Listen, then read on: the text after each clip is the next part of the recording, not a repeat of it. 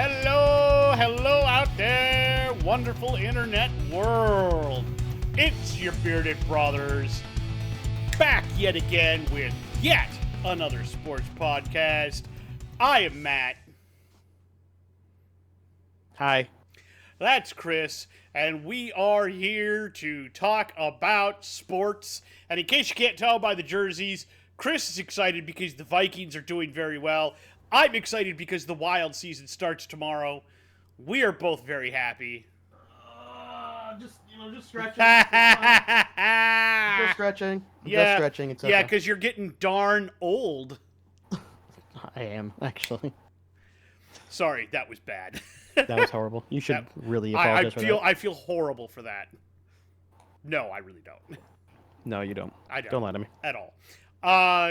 However, there are things to talk about. I do want to bring up, before we get psycho with the NFL, which there's some stuff we got to talk about. There's a lot of weird things going on. Before we even talk about the games, there is one college player I want to talk about. Because, okay, so in case anybody missed it over this last weekend, holy Jesus, the college football landscape had nothing but upsets for everybody. I mean, holy God. So, Minnesota upsets number 11 USC. Wisconsin upsets Michigan. Number 25 A&M upsets number 9 MIzzou. Arkansas upsets number 4 Tennessee. And Vanderbilt upsets number 1 Alabama. What? Now, what I want to talk about is a player. Apparently, he is the defensive captain on the field. And his antics. Malachi Moore, senior safety.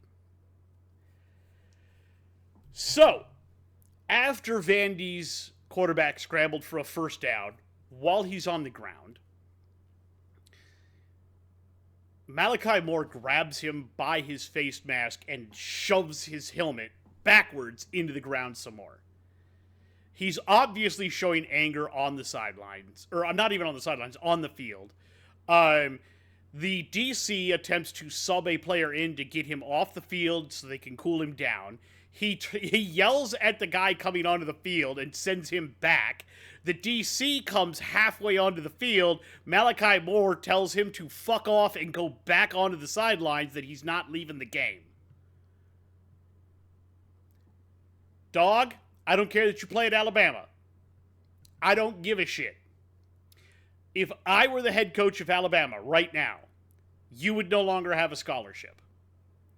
That shit would be yanked. You would be off the team. And good luck to you. Good luck. You're not graduating unless you find something else. Because you ain't getting a ride from me anymore. And if I was an NFL scout at that game, I am writing, does not take instruction well, do not draft this player. End of subject. You're done. That's probably not what's going to happen. You're probably going to have to do some image repair. And there's probably going to be a spin job on all of this. Talking about how you're just passionate. But considering what we saw in the NFL this weekend, that's some Bush League ass shit. You can't be doing that. I don't know if Chris has an opinion on any of it. No, I haven't watched any of it. So, screw you, buddy. I haven't watched anything. I can't add any opinion to anything without personally seeing stuff myself. Yeah. So, did you see what happened with Pickens, though? No, I have not. Okay. Pickens, during the game they had against Dallas, correct? Hell if I remember. I think it was. He's on the Eagles, right? Figured out. No, he's on the Steelers. Oh, the Steelers, the other one. Sorry. There's a lot of people that have. There's two guys in the league that have a very similar name there. Pickett and Pickens. And one of them is on Eagles. Yes, that would be Pickett. Yes. Pickens is who we're talking about. Yes, the Steeler that you're talking about. The Steeler wide receiver. Apparently, after a play, he reached out and grabbed. I want to say it was a defenseman's. Like after the play was over, blown dead, he grabbed the dude by the face mask and shoved him. Yes, I did see that one actually. Yeah, that also Bush League. It can be. It depends on the context because So as somebody who's watched enough football, and obviously you've watched enough football too, we very well know that the defense loves to smack talk, and sometimes that's true. And so I would not be shocked if there was some smack talking, and Pickens basically was just like, "Get the fuck out of my face." You still shouldn't grab him by the face mask. There are better ways to take care of that. There are better ways to do that. It's obviously smack talking back is the way you're supposed to do that, but we have seen that kind of thing before. I will say, so on the positive side, at least he didn't rip his helmet off and try to hit him with it. Yes, that would have been about 1 billion times worse, Myles Garrett. Myles Garrett. I was hoping you would remember that. The fact that he did not get penalized more for that is ridiculous. Step on his opponent and try to injure his collarbone. Oh my god. Yeah, let's be honest. He did a lot more than just that, too. I know. That guy was one of the dirtiest players. Oh, absolutely. But he was also, like, it wasn't just that he was dirty. He was also, the problem is, he was also supremely talented and very, very good at he was very good at what he did, yeah. But he was dirty like a diaper. You know who he reminded me of? Bill Laimbeer. Yeah, pretty much. Yeah. Don't care if you like me. Not here to make friends. It's like, oh, okay, that's fine, I guess, but the rest of your teammates fucking hate you. Your own if the rest of your teammates hate you, like, dude. I think if your own teammates hate you, I think he you kind of mellowed out when he got older. Yeah, but it's just when one he of those was things, young, you know? on Detroit, when he was on the Lions, he was probably the dirtiest player. Oh, he was in so football. bad, yeah. Yeah. Like stepping on people's hands and shit, like yeah. He was that guy. Yep. The only reason, my bad, I didn't mean to. The only reason he didn't get more attention about that was because at the same time there was a guy playing named Fontes Perfect. Yeah. Who, let's be honest, at that time in the league, it was just more... I don't know if I want to say accepted, but it was more allowed. It just kind of happened. Yes. Like, everyone saw it and went, why the fuck are we letting that happen? And everyone just went, it's football. It's like, football. What do you expect? But that's not the kind of football. We don't want to hurt each other. If you want to hurt each other, if it happens, you should go that's play hockey. Fine. Or go in the UFC. That's literally what you're supposed to do. Punch each other in the face. You know, like Greg Hardy did. Because that worked out so well. Oh, yeah, that worked out great for him, didn't it? CM Punk. Ooh, boy. Who was the other one? Brock Lesnar. No, there was a football player, an old school football player in his 40s, I think, that did some... was it Herschel Walker, maybe? I'd be a little surprised by that, but maybe. I don't know. Maybe not Walker. Bo? Maybe it was Bo. But it was somebody, but they were fucking ripped still at like 46. Yeah, they're just some dudes that are like that. To the gills, and I was like, holy God. Yep, like, just some dudes like that, I would not want to man. meet you in an alley. No, you can't have my eggnog. You like eggnog as well? Of course, I love fucking eggnog.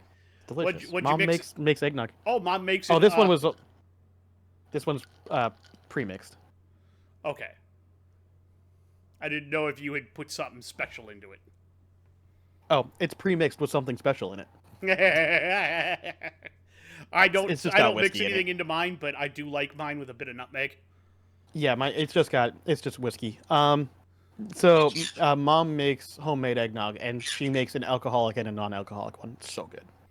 Yeah, I have yet to make homemade eggnog, but that's on my list of things I should probably figure out how to do at one point. Oh, yeah, just ask Mom. She'll show you, or she'll tell you. The problem she's got her recipes for it. I will say the problem is I'd be the only person in my house to drink it. My wife hates eggnog. So what? More for you, man. Like, when the season comes around, I legitimately promise you I probably buy gallons of eggnog. Not like, I normally only buy like the little one, and then I'll drink that, and then I'll buy another one, and then I'll buy another one. I buy them in the little bottles or whatever. Yep. I don't buy them in the cartons so that I pour them into anything. I buy them in the little bottles and I'll drink so that the I can just drink the whole thing. Yeah. Yep. Yeah, no, I did the same thing. No, it's funny because I probably buy so much of that. But the funniest part too is that whenever like there's still eggnog in February, I'm like, it's not. I can't do it now. Yeah, no, It's not the same no. anymore. By the it's like November, December. October, I can do October through December, a little bit into January, and that's about it. Yeah, for me it's November, December, and January. But like once you hit Yeah. about the 15th or 20th of January, Yeah, it's just like it doesn't taste the same anymore. It Yeah, just it's not feels the weird. same anymore. It's not the same. Feels anymore. It's weird. like, Can't do it. for me, candy corn season is like Very. September That's very through like finite. yes, but September through like November. Oh, Anything I only after do that, October for that. huh? I only do October for that. For me, I can do it like if you see it coming out at like halfway through September for Halloween, and then I can hold on to it like most of the way through November. But by the time it hits Thanksgiving, you got to cut it. Yeah, it depends on the candy corn too. Like the caramel candy corn is pretty good actually. Yes, I do like caramel candy corn. Yeah, I caramel am a candy corn's fan. pretty I good. am a fan of the caramel candy corn. I realize that you and I are very vastly like limiting our audience because everyone's probably like, ah, candy, what the fuck? Yes, most people despise candy corn, but there's also like we've had discussions. I love black jelly beans. Oh, I love black licorice in general. Me too. Yeah. I'm a huge fan Fucking of it, love 'em. but like nobody else I've ever known is a Oh huge yeah, black. it's funny. licorice fan. Whenever we used to get jelly beans or like any like type of licorice in our house, everybody would give me like either it was me or mom that would get all the black licorice Same ones. here. Same here. Yep. Fucking love It that was shit. always me because nobody else in our house ate them. I was just like, yes, no, no, no, no. Give it to me. I like how love when you black eat licorice. enough of it, you're like, it like gets into your nose. A little bit, yeah. Yeah, a little and bit. you could feel that like tangly, and you're like, smells weird. And then but I smells love like it. Yeah, Yeah. yeah. You're just like, anise. Mm. Love it. Oh, it's People so are now good. I love probably that. like, oh, these guys are freaks. I also like pineapple on my pizza. Get over it. I don't. See, that's where you and I differ. I like mushrooms on my Yep. pizza. I'm not See? mushrooms guy. Not I a mushroom knew guy. I knew we were gonna have a different taste somewhere, and that Yep. was gonna be it. Yep. I actually like specifically pineapple and feta on my pizzas. Feta's a good cheese, but I am I not love a feta. pineapple fan, so I cannot do the pineapple yeah. shit. See, feta is one of my favorite cheeses. I love Somebody feta. on my internet, on my Facebook, was talking about cottage cheese, and they don't understand cottage cheese. I was like, man, I opened that shit up and eat it straight out of the container. Yeah, Mom and Melissa can do that. I've come around to it. I used to hate it, and I can eat it now, but it's not like my favorite thing in the world. Oh, Like, I love it. I have Put to be in a some- very particular mood. put some honey in yogurt that. though. I fucking love yogurt. love yogurt too, but put some honey in that shit. Cottage cheese. See, more like if you add some like fruit to it, like if you Oh have, yeah, like I love raspberries in it and blueberries yeah, in it. raspberries, so good. bananas, blueberries, So yeah, good. like I'm stuff not like a that. banana fan I'm with okay it, with. but like raspberries, I love blueberries, bananas, stuff like that, blackberries. Grandpa's a big cottage cheese guy too. Grandpa loves cottage cheese. Oh yeah, dude. I So. think it's because when my mother, who I grew up with, made lasagna, she would put cottage cheese in it. See, nothing to me sounds grosser than that. I'm not gonna lie to you. It's But that's only as it's- someone who has a mom that cooks proper lasagna. Yeah, oh yeah. I've had our mother's lasagna, my biological Yeah. mother's lasagna, and I really Yes. like it. I have also had my mom's lasagna, and I like it. I've also Yes. had my wife, who got a recipe from one of our online friends whose grandmother is Italian, Oh, yeah. and we got a proper lasagna recipe for that, and I like that. I think I just like lasagna. Probably. I mean, who doesn't like lasagna? Now, granted, I have tried cottage cheese lasagna, and unfortunately, I can't go back. Like, I get it. I'll tell like, you. if I grew up on it, maybe that would be different. But Yeah, it's like I grew up on Miracle Whip, not mayonnaise. Oh, I love Miracle Whip. Yeah. But there are people that grew up on mayonnaise and not Miracle Whip. I've done both. And I can do both, and I actually use both for different things now. Yes, I am the same way. But I love Miracle Whip on my burgers. Oh yeah. Oh, But- Miracle Whip on the burgers. Yep. Especially our chicken patties. Oh yeah. But Yeah, if you have a Miracle Whip in ham it. sandwich with some mayo on it, like a big, thick, Yeah. like ham sandwich. Yeah. So good. Yeah. Yep. Yep. Though when I'm making like tuna fish or my egg salad, it's gotta be Miracle Gotta Whip. be It adds Miracle just that Whip. little bit I'm of that tang same. to I'm it. not the same way. But there's some things that mayo is better with, and there's some things that Exactly. Miracle Whip is better with, and I Exactly. get the difference between them.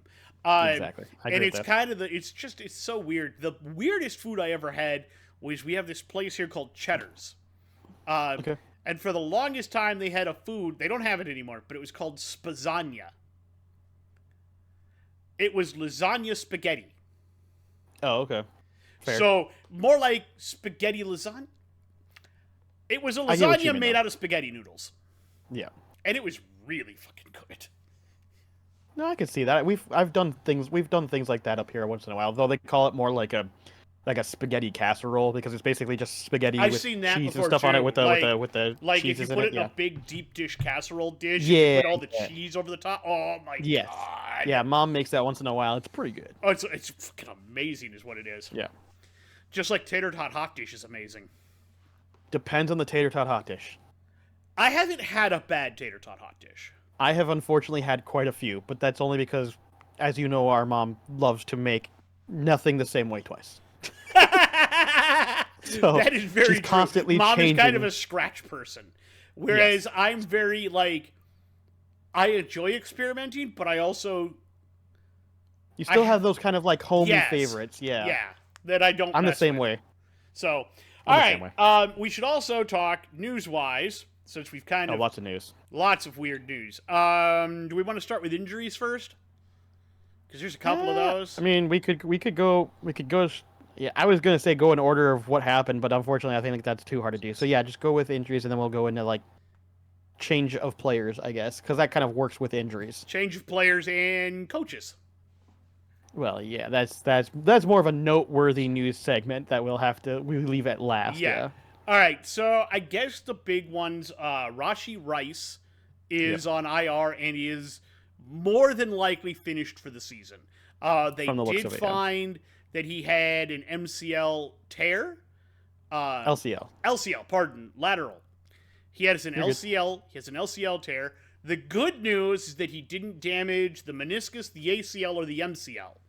Correct. So all of those are still intact and fine. That does shorten his recovery time, but it still takes him out for the season. It still takes probably a month for the season. If he's back, a lot of people are saying it won't be until playoffs. Yeah, if he can come back this season, it'll be in the playoffs. So he is donezo. That has caused both Juju and Travis to see upticks in volume. Yes. And we'll talk about that stupid, ridiculous Kelsey play. Like I said to Dad when I saw it happen, I was just like, I swear, like the Chiefs are the luckiest sons of bitches because I would almost argue 10 out of 10 times anybody else tries that, and Yes. it's an absolute abysmal But failure. here's the funny thing. Apparently, it is because it came from multiple people. They Yes. do that in practice all the time. Yes, apparently So they that's why improv shit like that Pirine in was practice. just right there ready for it. It's not Yeah. something that's scripted into the playbook. No, it's just improv. They just do a lot of improv but shit they in practice. do it in practice enough that like you see the opportunity in the game and the other player is ready for it. Yep. You're just like, what in the... Again, like I said, like even if it's not 10 out of 10, like we're talking like 9.8 times out of 10. It just everyone would be like, that's the dumbest shit ever. Why would you do that? And then it works. It's still dumb as shit, but god damn it. Let's see here. Who else got... Oh, Derek Carr is Derek Carr, yep. unfortunately injured. He is week to week, basically, day to day. Jeez. He is a GTD current. He is indefinitely out with an oblique injury, Yes. which is probably one of his muscles in and along his rib cage. Around the ribs. Yeah. Which is kind of what we suspected when he took that one shot. So. Yeah. The Saints have said that the new starter will be Spencer Rattler. So rookie Spencer Rattler. Everybody kind of wanted this anyways, so you know. Everybody kind of wanted that anyway. Nico Collins is on IR, but from what we know, it is not a season-ending IR. No, it just looks like about 4 weeks. It's a 4-week thing. It looks like his hamstring. He yanked that pretty good. Same thing happened to Jefferson last year. Yep. So like we all kind of saw that coming. We do have a kind of a day-to-day injury with Aaron Jones. Yes. Hurt his hip. Sounds like most people are saying, though, by the end of the bye week that he should be fine. That's the expectation. It's also come out that maybe after the bye week, Hawkinson will be ready to go as well. That's what a lot of the rumors are, because he's already been cleared. Yep, they've already opened his 21-day window. Now it's just getting him back into football shape. Yeah, exactly. So I would expect to see him start coming back week, 7? Probably. Yeah, that makes perfect sense and lines up perfectly. Probably what they were thinking too. So outside of that, there have been a couple of announcements in terms of players. Jacoby Brissett headed to the bench. Drake May, you're up. Good luck. Brissett has looked like a tackling dummy for a while now. You don't really have an O-line. No, that's true. Drake May can move a little bit more, though, so... He's also, I think, got a bit of a quicker release. He does. So it's like, it's one of those things where, like, people are saying that this is dumb. Why would you do this now, especially going up against the opponent that you're facing next fucking week?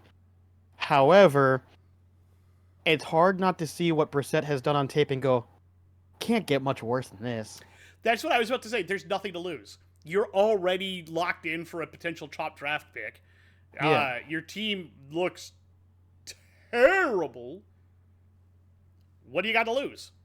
I mean, unless he gets seriously injured, there's no point in... Yeah, like, as long as you tell him, like, listen, we're not...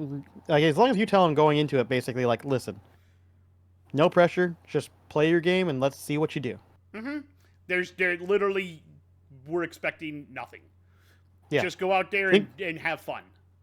Think about this as just getting your reps and learning, because this is what this is. Yep. We are now a learning season. Also, Gardner Minshew Mania is taking a back seat in Vegas, and Aiden O'Connell will now be the starter. That's rearranging the deck chairs on the Titanic. Yeah, not only is it rearranging the deck chairs, the coach has admitted several times that he has no idea who's going to play week to week at quarterback. Literally said it straight up. I don't know who's going to play week to week at quarterback. He had the locker room last year. They were doing well. They were rocking. And Pierce came in this year, and something's wrong. You know, it's hard to say. Davante Adams is being a bit of a Davante Adams, which is, let's be honest, a bit of a diva at times. And his whole, I'm getting mad because I'm not getting targeted enough. Motherfucker, you are the only good wide receiver on that team. Of course you're getting blanketed coverage and you're not going to get the ball. Like, it doesn't take a genius to see that. Yeah, and you know. And then after that, then it's like, okay, the quarterbacks are throwing to who? Like, Brock Bowers? That's pretty much it. And look, that's the only person, and he's doing well. What was the other guy they got? He used to play for the Patriots. Yeah. Jacoby Myers? Is that it? That might be it. I think it's Jacoby. Might be. It might be. We'll see it when we do though. I was gonna say when we go through the things, we'll see the stats. Because the only thing I remember is when he tried to pitch the ball, it wound up in the hands of the Raiders guy, who then friggin' stiff-armed old dude just got obliterated. Turf. Yeah, I remember that last year. That was great. That wasn't last year. That was the year before last. Was it the last? Jesus, I still remember it regardless because it's funny as hell. Oh, dude, it was hilarious. And then when they signed him, I went, look, he was just helping his new team. He already knew whose team he wanted to play for. Yeah, no, it's one of those things where, like, I feel bad for Pierce because I don't think it's necessarily his fault. Because if you look at the team that he has around him, they did not give him a lot to work with. They didn't, and Brock Bowers is a great player, and I am... Fantastic player. Fantastic player. But you needed a quarterback. Well, you needed a quarterback, you needed offensive line, you needed... A running back, you needed wide receivers. Don't get me wrong, Brock Bowers is not your worst pick you could have had. It's actually a fantastic pick, but you could have had better picks. Now, I will say this. There was better shit available. Now, I will say this, at the position they were at, I don't think there was QBs still there. There wasn't, but there were a couple of wide receivers they could have gone with. So it's one of those things where, like, okay. There was at least one running back I would have put there. Yeah, but I was going to say most of the wide receivers that were considered really talented were already gone by then, too. So it's like, you took pretty much the best receiving player you could get at the time, which so I'm not necessarily mad about that. But what I would say is, if I was the owner, I would look at this and go, okay, this season's probably mostly tanked. We're going to try to stay as competitive as possible, but there's not a real good opportunity here. So we're going to probably sell at the trade deadline, try to move some players. Like we already know we're moving Devontae Adams, see if there's anybody else that's interested in moving some players. And then try to draft up just try to get as much draft capital as possible, get a bunch of shit in the draft, and don't fire the coach because you don't really have enough assessment on the coaching ability off of this season. However, knowing it's a Davis, there's a very good possibility There's a very good possibility Pierce does not make it through the full season and ends up getting fired due to a lackluster season, which I don't think is necessarily 100% on him. Now, granted, I do think that there are definitely some issues, but to put that all on him, I think is a little extreme. I agree, but I will say Mark is not as trigger happy on firing coaches as Al was. True. There's a chance that he sticks around. He did keep the snake for a while longer than people were expecting. So exactly. So I think if I'm Davis, I'm giving Pierce at least one more season. Well, that's the thing I'm worried about though, is that like this, if the season goes bad, he sticks around, but he's in a big hot seat, and then all of a sudden, if they have a bad start next season, like 3-4 games in, a la you know who, all of a sudden getting fired out of nowhere. Yep. Like, I could see it happening. I would say the same thing that I'm going to say about the same one. It's the wrong decision. Let's see if O'Connell does turn this around. I've always rather liked O'Connell. I've always thought that he's better than a lot of people give him credit for. O'Connell? Yeah. Oh, Aiden O'Connell. Sorry. Aiden O'Connell, yes. I've always thought I was trying to figure out who you were saying. The jump to who you were talking about, I didn't catch reference. That's right. O'Connell. Aiden O'Connell. I think he's better than a lot of people give him credit for. Yes. Do I think there's a significant difference between him and Minshew? Not really. Currently. Not at the department. I was about to say, at this moment in time, no. No. But more reps that O'Connell gets, maybe. We'll see. I don't know. He had a majority reps last year, though. I think he's got a ceiling that is on it. I hate. Maybe you won't agree with this. In fact, I know you probably won't. But I think he's got a very similar ceiling to Minshew. Now, what I will say is that O'Connell might have a better floor. So that might be the difference. That was it, but I also think his ceiling is a touch higher. I don't think... So here's what I'll say. I don't think he is the quarterback that you can count on to lead your he's not going to be... He can't be a long-term quarterback. Well, I think he can be a starter. At least not currently.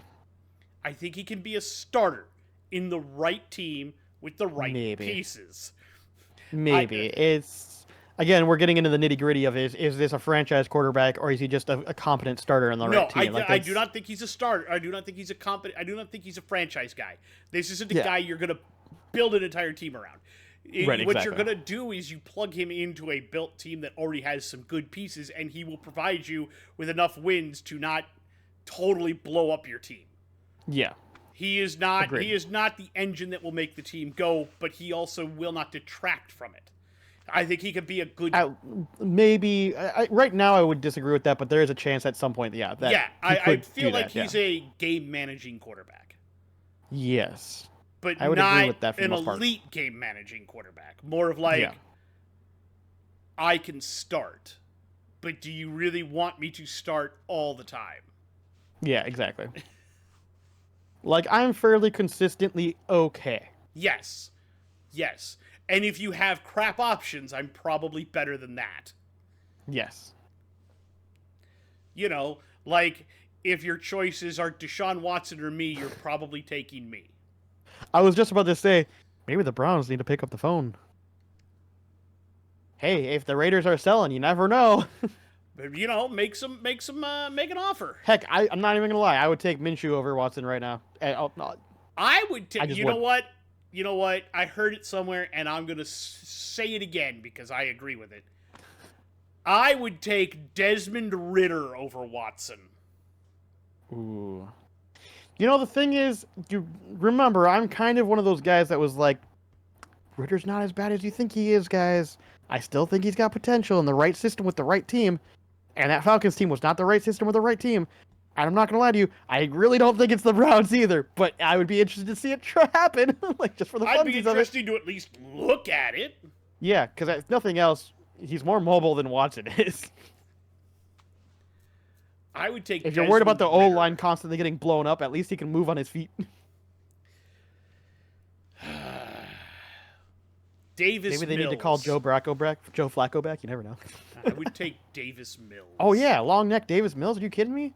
He looked great at the Texans for the short time he had there. Like, did he have a lot of pieces around him? No. And obviously he's taken a sideline to Stroud. Of course, Stroud's way better. But if you notice, Mills has stayed as a backup and has been fine. And even when he's had to come in on emergencies, has actually looked good. Like, honestly, I feel bad for Mills because honestly, almost any other a lot of other teams, he could actually legitimately be a starter on. Bailey Zappi. Okay, now we might be stretching the cord a little thin on this one. Who was that guy on the Giants last year? Oh, yeah, the very Italian. What was his name? I don't remember, but yeah, he's still there, I think, actually. So maybe they need to pick up the phone and call the Giants about him. God. No, that won't work because remember he lives at home with his parents. Oh, right. They're not gonna move to Cleveland. No. But anyway, the point of all of this being that some things are screwed. Now, Tommy DeVito, there you go. DeVito. All right. We need to talk because it happened yesterday? Early yesterday morning. Yep. After they got back on Monday, the Jets announced that they had relieved head coach Robert Saleh of his coaching duties. There's a whole big thing that goes along with this. Yes. There's a lot to talk about because there's more. And the thing is, there's still more news coming out about it. By the way, there's still more news. We don't have all of it. Potentially ties Aaron Rodgers to it. It potentially ties. So let's just get to the pieces that we know without speculation. Yes. They got back Monday. Apparently, Woody called Robert and told him not to worry about it anymore. That he was going in another direction and that the team wasn't performing up to standards and that he needed to make a change. Yes. Woody would be Woody Johnson, the owner of the Jets. Yeah. And from there, there are lots of speculations. And then Woody Johnson made his press statement and said that the decision was solely on him. Yes. Now, the other thing we know outright. Don't forget the little fun tidbit that, Robert Saleh showed up to get his stuff out and he was escorted out of the building by security. Yes. Apparently last time it happened was in 2006, by the way. I've heard they didn't allow him in. I've also heard that he went in to get his stuff and was escorted out. They brought his stuff out to him. Yes, there's no confirmation on one way or the other, but there is confirmation that he was indeed, regardless of where he was being escorted, was escorted by security at some point off of the property. Yes. Which just doesn't happen. Does not happen very often, no. The only time I talked to Dad about this, and the only time you will see that happen is typically when somebody really pisses off somebody with a lot of money. I have had it happen to me once. It feels like but it feels like it becomes personal, right? It feels like it is more, like this is not just business. Like if this was just business, this would happen all the time. It isn't just business anymore. It wasn't necessarily that I got escorted out by security. So because I worked for one of those call centers. Yes. And I screwed up. I was trying to establish rapport, and I said something I shouldn't have. It didn't offend the customer, but apparently it offended somebody around me who reported me, blah, blah, blah, up the chain. So when they pulled me out of my seat, they emptied my desk, they put it in a box, they sent me upstairs, they said, we have to let you go for this. We called it a terroristic threat. I was like, that's stupid. That's stupid. They said, well, it is what it is. I said, okay, well, here, I'll sign your paperwork for you. I wish I could wipe my butt with it. And then when they took me back downstairs, they took me to the front desk where there is a security guard. He handed me my box and said, you have to leave the premises now. Yep. No, and I get that. But like I said, typically, like you're saying, though, is it's typically somebody got really mad about something and security had to get involved, which just doesn't typically happen, especially in the NFL, at least. Yeah, because typically you don't worry about people throwing a tantrum and whatever else. That's why I'm thinking that there's more behind-the-scenes stuff that we still don't know about, conversations that may or may not have taken place. Yeah, I agree. Now, the other solid fact we know is that Aaron Rodgers went on the Pat McAfee show today. He was supposed to appear yesterday. They pushed it off to today. And he said he is upset and about there's a quote. It's basically he said he wasn't going to waste more than one sentence on it, and then goes on for 4 sentences. So yeah, but more or less he basically said, I don't have that much stroke. I'm glad you guys think I have that much power, but I don't. I had nothing to do with this. I unequivocally and completely deny that. So, and then immediately confirms that the day prior to the firing that Woody and him had a phone call. Woody Johnson did call him on Sunday night or Monday or something. It was Sunday night, yeah. Yeah, called him Sunday night and they had a conversation. Aaron says it was because he did get rolled up on, and he did. There's a great shot of him on TV you can see it. where he's yelling and screaming, and you think for a minute maybe it's his knee. You think about it for a second, yeah. Yeah, but it turned out just to be his ankle, and when... Just hurt a lot. When something happened and they got instead of having to punt, they got a first down, he was walking into the tent, turned around, walked back onto the field and played. So, point about all of that is he did get talked to, but neither him nor Woody Johnson is ever going to say what they talked about. So what the conversation was, yeah. So there is speculation that Aaron had something to do with it, whether it was even just, do you care if we fire the coach or not? And he said, no, I don't have an opinion one way or the other. But that's not endorsing your coach. It's also not throwing him under the bus. But you're Aaron Rodgers, so if you don't endorse him, that's the same as knifing him in the back. Yep, and then obviously then coming on the Pat McAfee show and talking about how you have such a great relationship and how you actually feel bad about it and how, like, you see what I'm saying? It's just one of those things that it's hard to know 100%. Now, the rumor, the rest of the speculation I've heard is I ran across another podcast where somebody said, I do have sources in the Jets organization, and what they're willing to tell me is that on the plane ride home, the coaches all got together and we're like, okay, how do we fix this? Because this isn't working, the offense isn't working, something is wrong. What do we got to do? And the solution they eventually landed on was they couldn't fire Nathaniel Hackett. Yes. So they were going to take his play calling away from him. Yes. He was not going to be allowed to call offensive plays anymore, which jives with something I think Saleh may have already been thinking, because this season he'd begun to sit in on offensive meetings. I was about to say there was the rumor, or not necessarily rumor, but it's confirmed that he started sitting on offensive meetings. He started trying to be a little bit more involved, tried to understand what was going on, tried to implement some of his own thoughts into the ideas of what was going on. And which makes sense because, up until that point, the offense was anemic. So I can understand being like, listen, I need to, as the head coach, need to be more involved on this side of the ball, which is fair. It makes sense. Absolutely fair.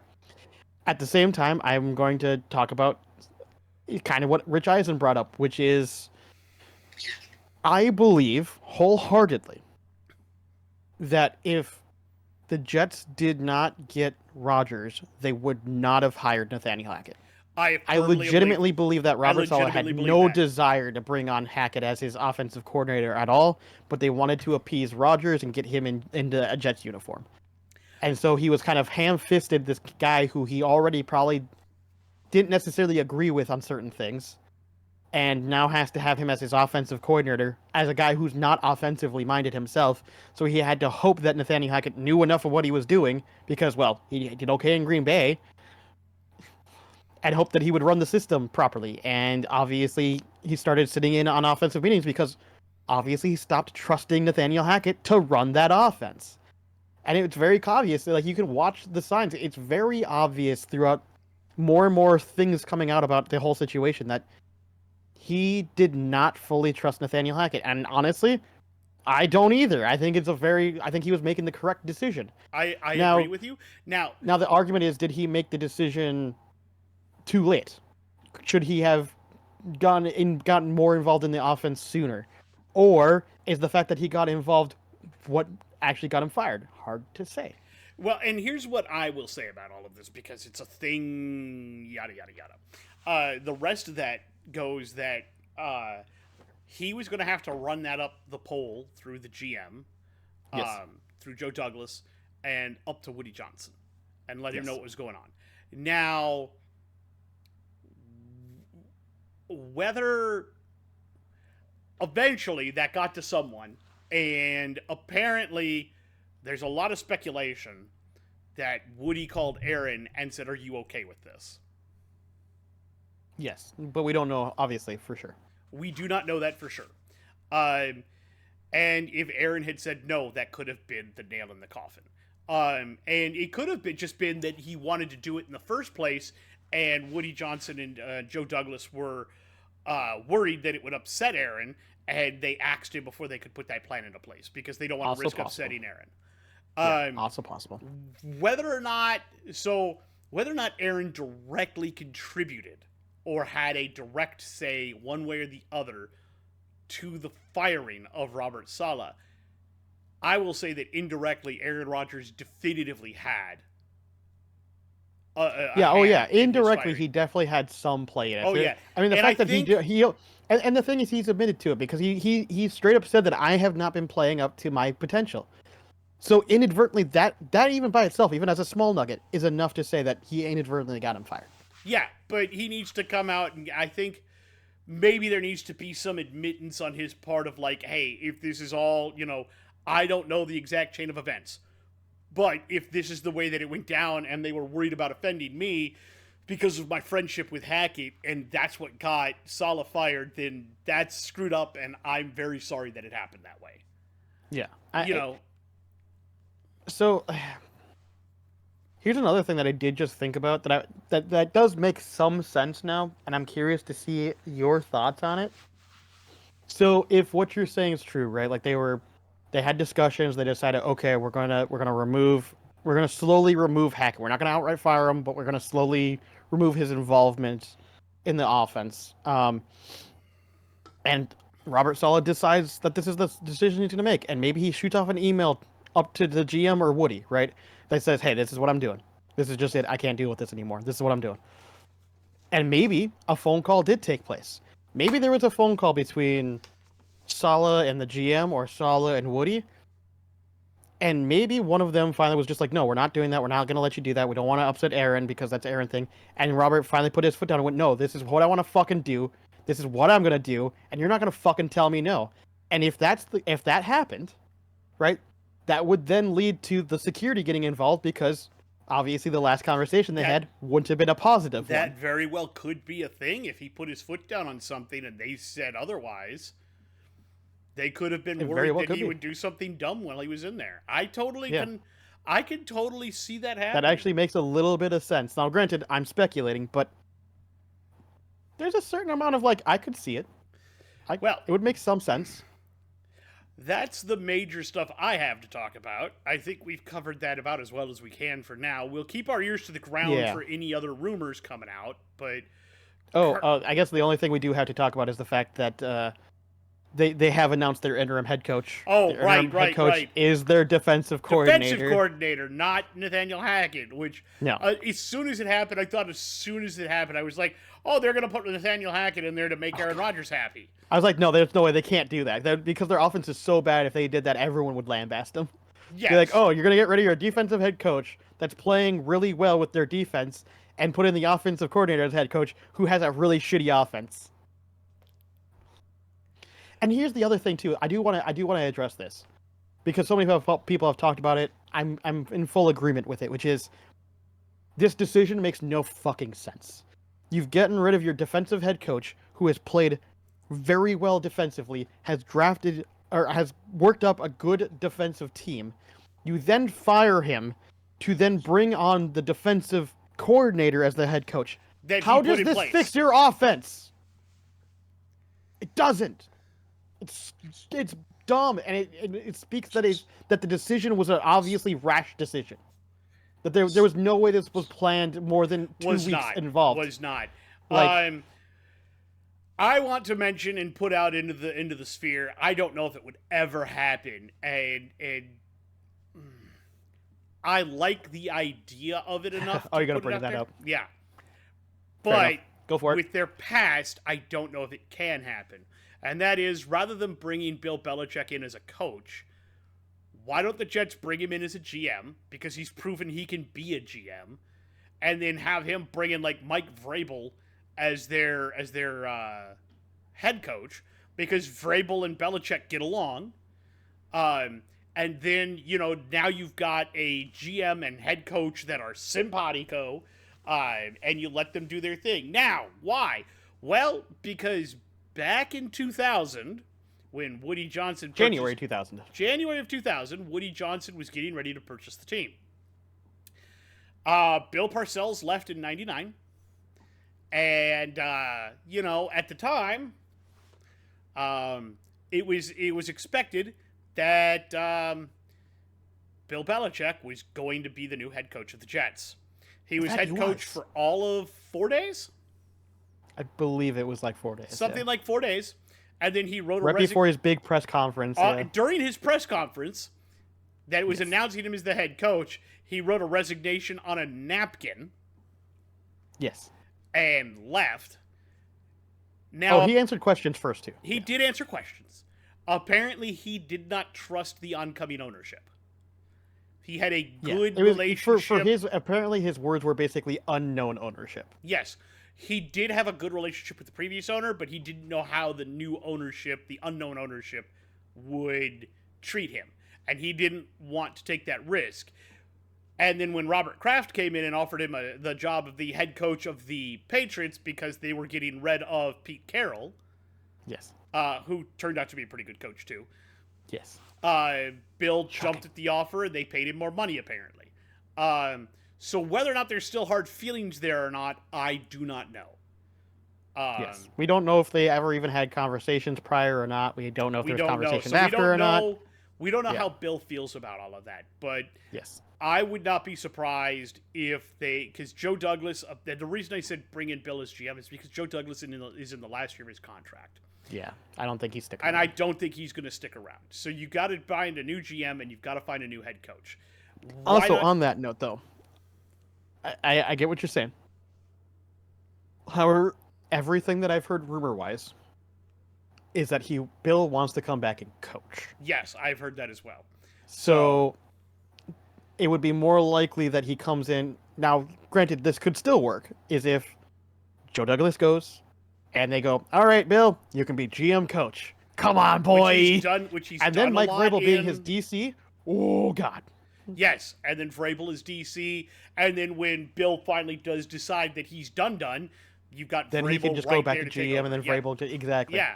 Just kind of like he did with Gerard Mayo in the Patriots. Yep. 100%. And I could see that happening. 100%. It would make sense. Yeah, now, as far as like we were saying, as far as the feelings are concerned, that's a whole different story. I also have another thought on it, which is maybe you don't need to hire your head coach of the future this year. Maybe you do the Houston thing. Bring in a smart young GM now. Somebody who knows what they're doing. You hire a couple of coaches that are sacrificial lambs. You know that's coming. You pick up, in a couple of years when he comes out of college, you put yourself in a position to attempt to draft Arch Manning. You build a team already. I'm trying to get Rodgers to last that long, though. I don't know. No. You don't even have to worry about that. Play the guy you drafted this year. He's the Davis Mills.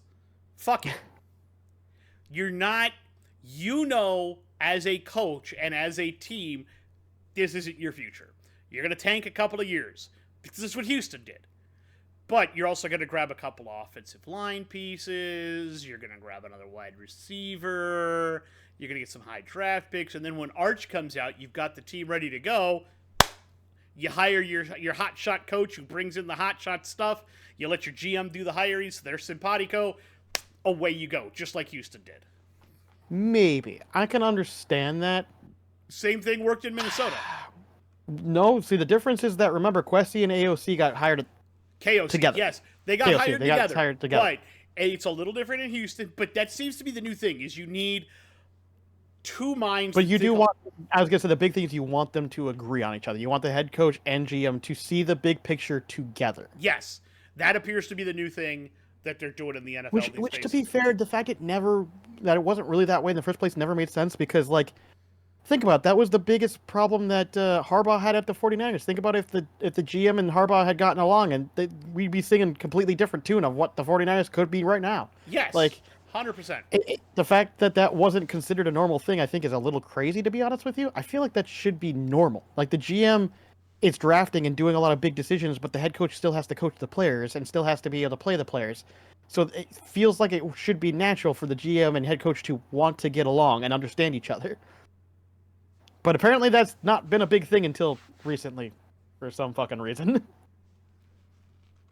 Yeah. I don't know why, but here we are. It only took us 20 years to develop that, gee, maybe if my GM and head coach got along, you know? The fuck? Because that used to be a big problem back in the day. Like, look at Zimmer and Spielman before these guys. Like, they didn't get along at all. They hated Not each at other. all. Like, but Zimmer hates pretty much everybody, so. True, but, like, you get my point, though. That's apparently it was a common thing. Like, that shouldn't be a thing. He's got Zimmer, I don't know if I ever said this, but he's got some great quotes from his time in Atlanta. Zimmer's just a piece of shit. No. This was about a bigger piece of shit.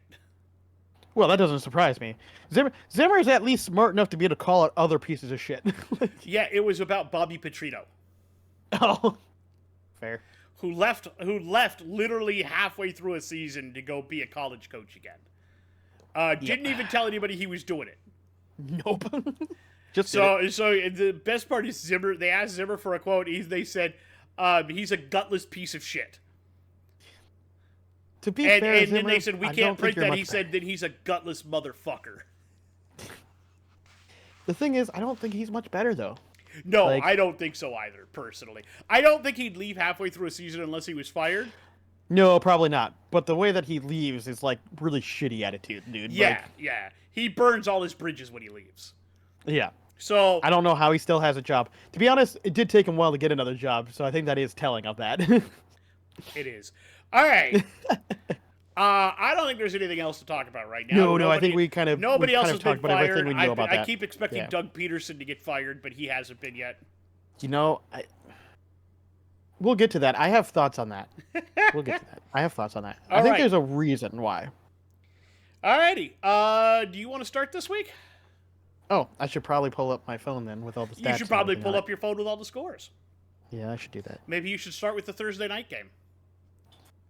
I guess I can do that. Hold on. Obviously, we're not in week 6. Let's go back to week 5. Thank you.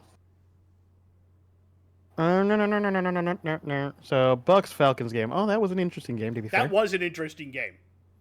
So, Tampa at the Falcons. Falcons win 36-30. We both picked Tampa Bay. I don't think I was going to say, I don't think we expected that, but... I did not expect that. Yeah. Yeah. we'll get into all the reasons why. No, I don't want to look at the... Hold on. Show me stats, piece of shit. Give me stats. There we go. NFL updated their fucking app, and so everything's slightly different. Sorry. It's okay. All right. First thing first, let's look at the Bucks. Baker Mayfield, 19 of 24, 180 yards, 3 touchdowns, no interceptions. I feel like that's the one thing that we're starting to see more and more this season is that QBs are not asked to overdo it, right? Like, back in the day, it was pretty common to see 40, 50, 60 passes in a game. Not to say that that doesn't happen still. We'll get to those.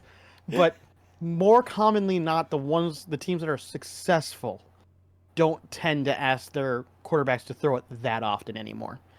And there's a reason why, in my opinion, but we'll get to those. Now let's look at rushing. Tampa Bay, Bucky Irving, 9 for 44. Baker, 6 for 42. And Rashad White, 10 for 72. Receiving, Mike Evans, 5 for 62 and 2 touchdowns.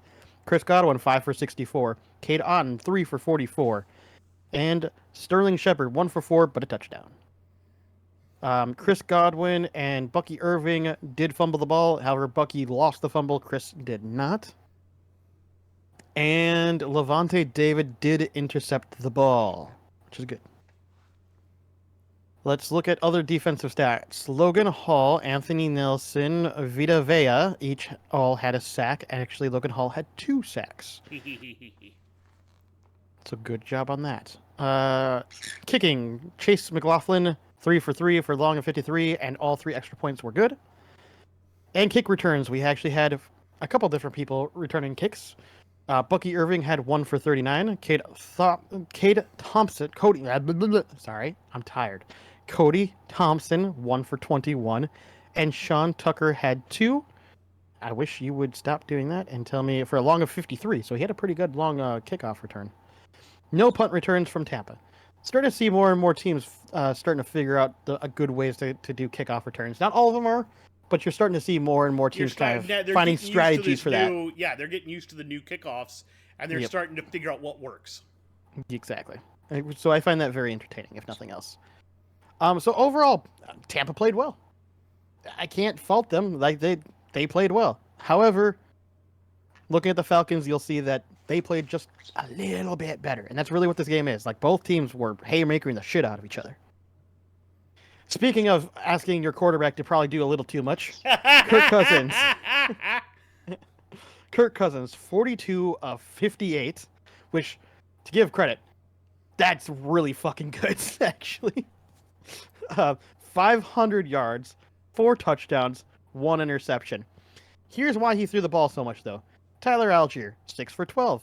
Bijan Robinson, 12 for 61. When your run game isn't really performing the way you want it to, unfortunately, you have to ask your QB to throw a lot.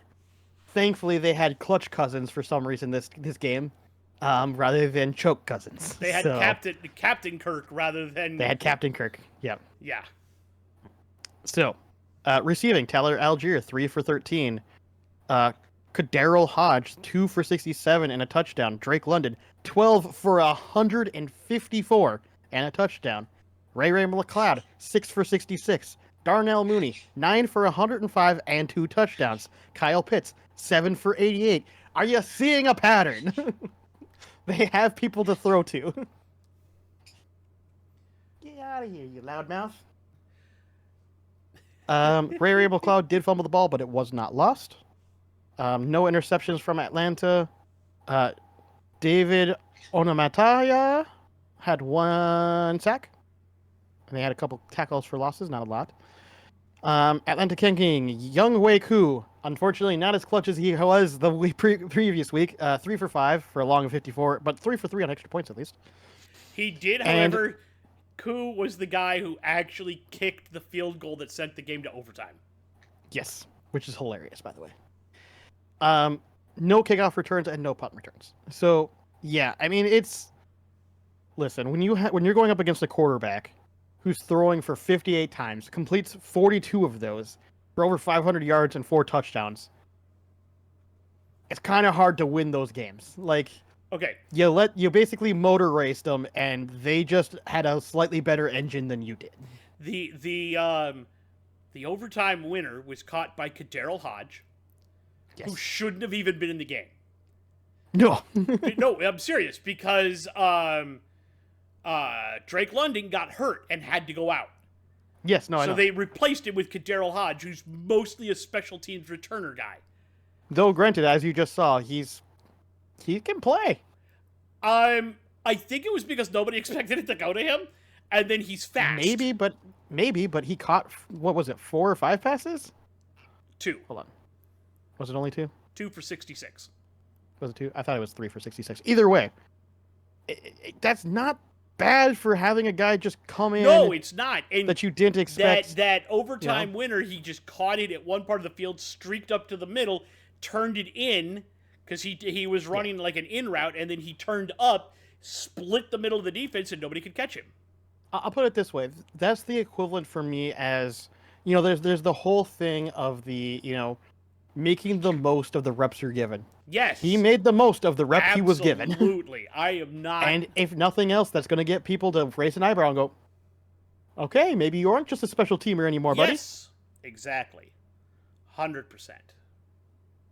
All right. I will let you go next. I will give you the Vikings game, and I'm going to take this one because this game was fucking fun as hell.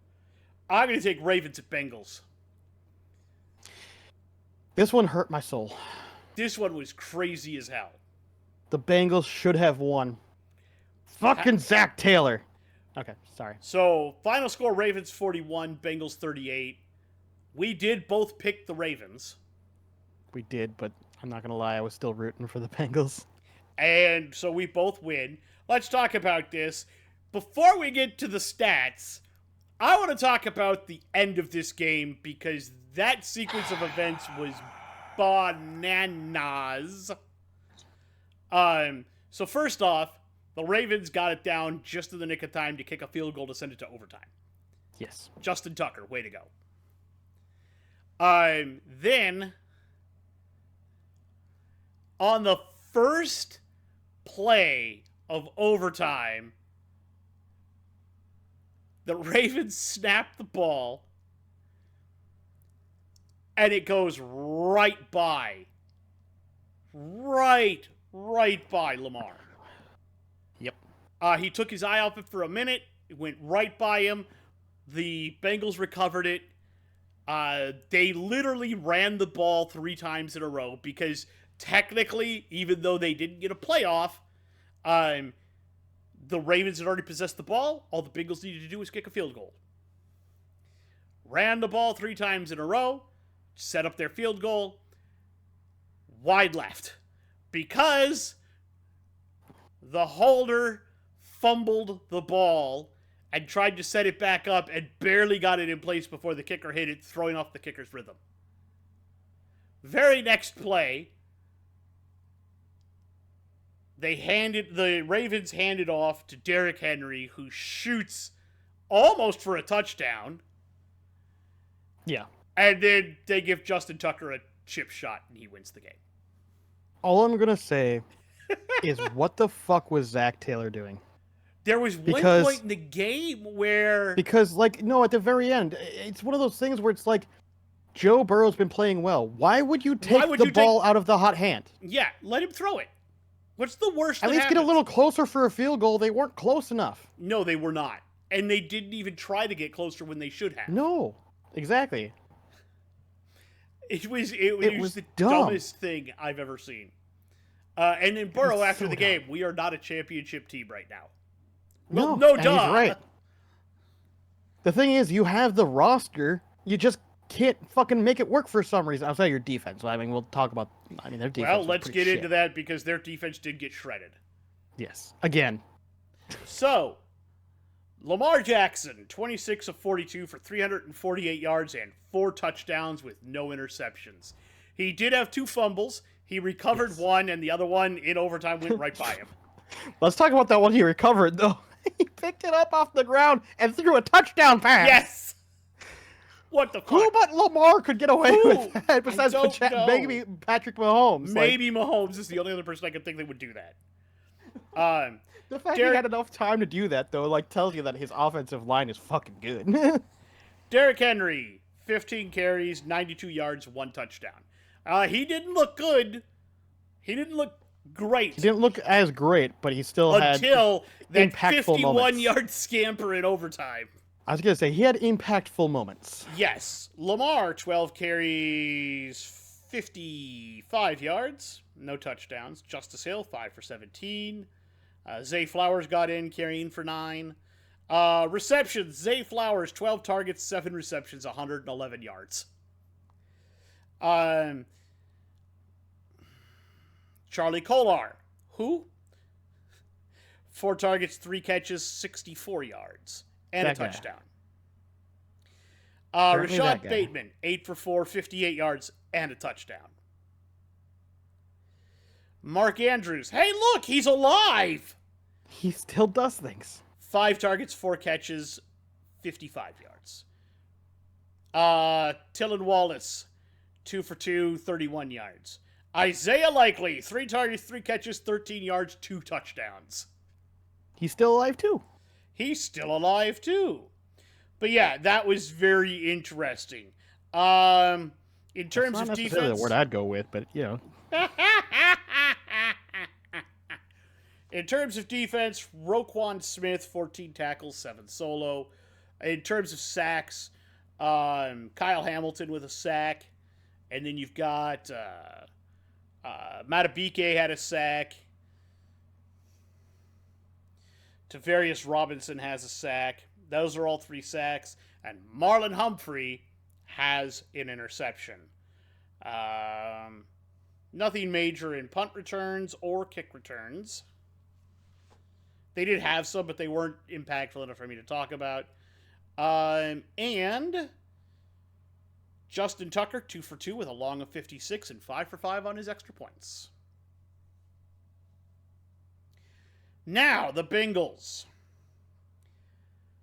Joe Burrow, 30 of 39 for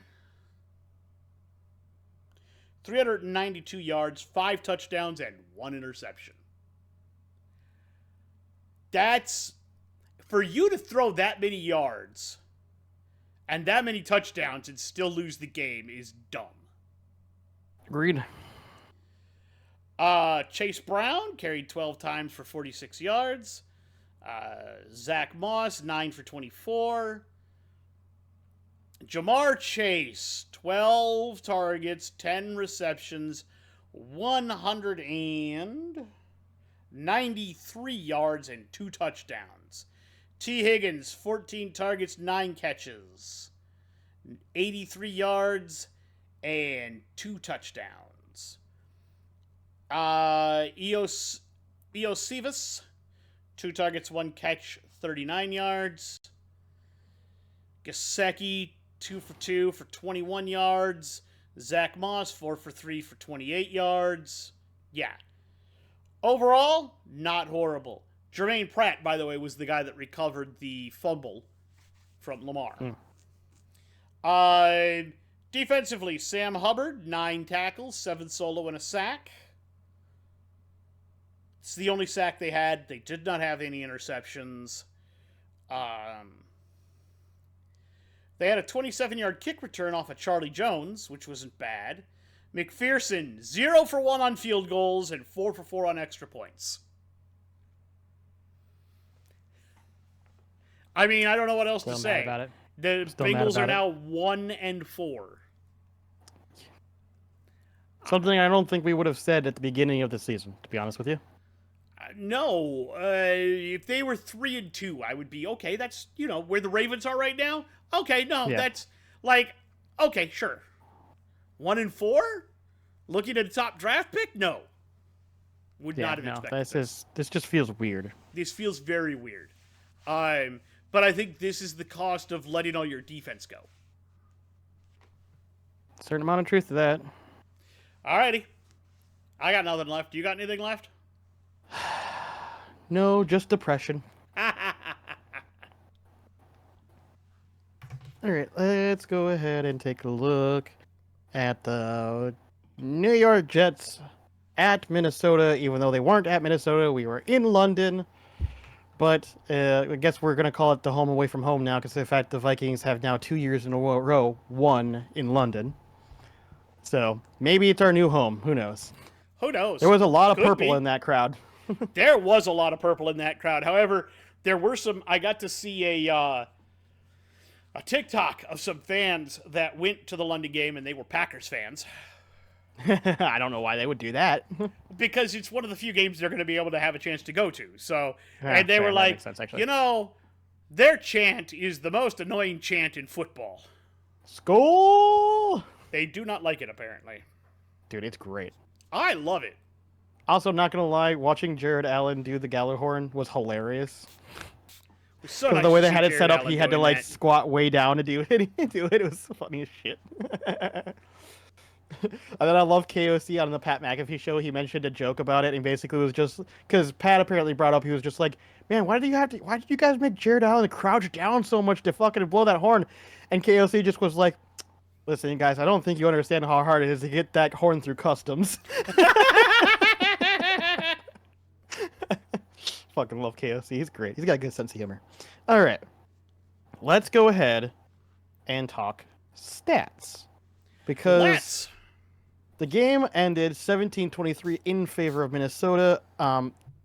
Even though we won, it was an ugly game all around. There were some good things. There were good moments, but there was a lot of bad moments. So let's go ahead and address these. So first, we're going to talk about the Jets.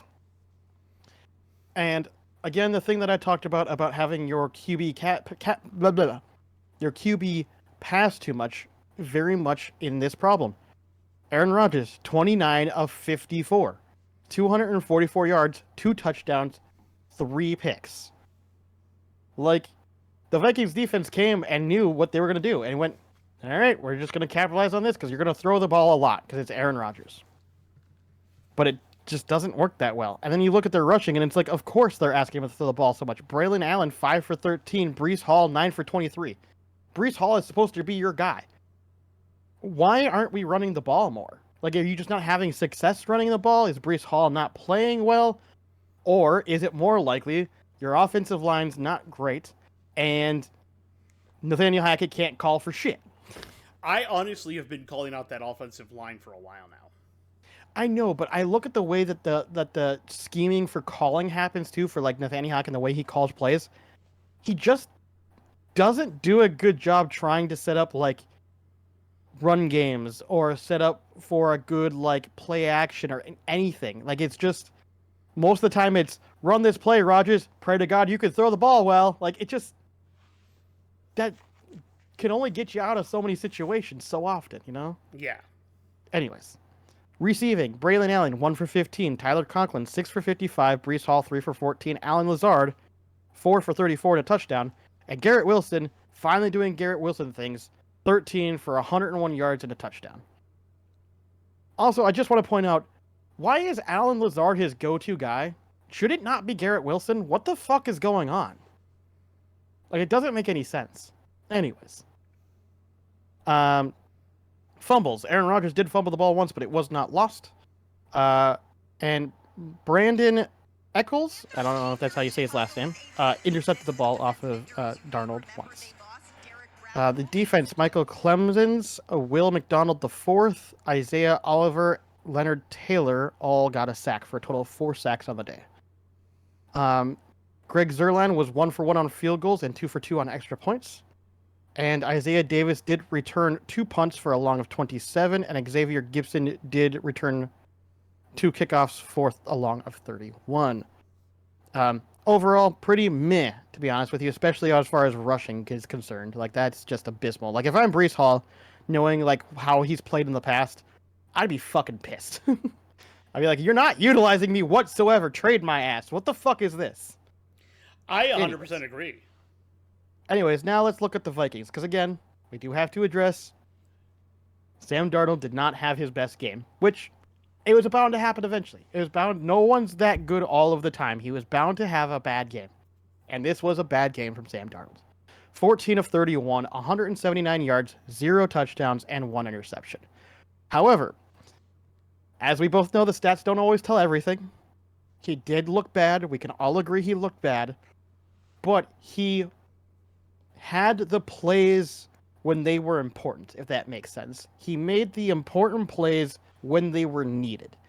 And if nothing else, that is an important thing to point out. Especially in that fourth quarter when everything looked like it was falling apart, looked like the Jets were going to make their comeback. Vikings get a drive, and Sam Darnold has those 2 to 3 really good passes that push them into that field goal range. And that was a big important drive. So even though Sam Darnold was not perfect and he definitely looked bad this game, he still had the important passes when they mattered. Now, I'm not going to say that's all Sam Darnold. I think that's also partially KOC just being a mastermind guru on offense and calling correct plays at the right time. But he still needs to rely on Sam Darnold to make those plays, and clearly Sam can still make those plays even when the pressure was on, which is important. Mm-hmm. Rushing, Ty Chandler, 14 of 30. Aaron Jones, 7 for 29. Obviously, the only reason Aaron Jones did not get to the ball more is because, as we all already discussed, Aaron Jones did end up getting injured in this game, so Ty Chandler was relied on more. And this is one thing I will say. I think this game would have been a complete blowout if Aaron Jones stayed on the field. Because yes. KOC has done a very good job at managing Sam Darnold passing and Aaron Jones rushing. And they've been a very good tandem together. Yes. So having to rely only on basically Ty Chandler, don't get me wrong, he's good, but he's not as explosive as Aaron Jones is. Yes. And it's very obvious. Very obvious. And it's not just that he's not as explosive, it's that I think Aaron Jones has a lot more power when he runs. And yeah, he just always tends to get 5 yards. Like, I've never seen him get yards, less than 5 yards. It's crazy. He's very strong when he runs. And Chandler's a lot more, he tries to be a lot more, like, elusive. And sometimes that works and sometimes it doesn't. It works better when you know Jones is coming in and Jones is going to be there and you can do the Thunder and Lightning duo. Exactly. Sam Darnold did have 5 rushing attempts for 11 yards, and CJ Ham did get 2 touches for 10 yards and the touchdown. Let's go! Ham. I love seeing CJ Ham get those touchdowns once in a while. I love it. All right, receiving. Jordan Addison, 3 for 36. Myles Gaskin, 1 for 11. Justin Jefferson, 6 for 92. Would have been more if they would have stopped fucking PIing him all day long. Jesus Christ. Also, I'm just going to address this because I know people are going to bring it up. The refereeing in this game was not great. No. There was a lot of ticky-tack PIs that were called, admittedly. However, there was a lot of Justin Jefferson PIs that were absolutely, like, people were like, oh, they only grabbed his wrist. Yeah, motherfucker, that's still PI, you dumbass. Still PI. I think the most egregious missed penalty was the unnecessary roughness when Darnold ran out of bounds. Yeah, that was bad. I'm also going to point this out. I don't know if you've had a chance to go back and watch it, but that roughing the kicker call was horseshit. It was absolute horseshit. My problem is there's not an angle of it. No, there is. They actually, there was they actually showed a replay of it later on, at least in Red Zone. They actually showed a replay of it later. What happened is, literally, he makes so the guy that got called was Ivan Pace. He was running at the kicker. Kicker gets the kickoff. Ivan Pace gets pushed to the ground. He's on the ground and rolling on the ground and rolls into the kicker, barely touching him, and the kicker falls over, and that's what got called. They're going to call it every time, though. I know, but it's a horseshit call because we've seen that before, and it not get called before. Yes, the problem, though, is it's the same. So in hockey, there's a similar type of penalty called goalie interference, but you can 100% be knocked into the goalie by one of the goalie's own teammates and still have the penalty called on you. And it's 100% bullshit there, too. No, I know, but my problem with it is that, like I said, sometimes it gets called, sometimes it doesn't, and my biggest problem is the fact that they have a very similar thing going on with punt returns. The difference is that if the defender gets pushed by the receiving team into the punter, they don't get flagged for that now. So why is this any different? They have the same kind of penalties, but with different ways of calling it.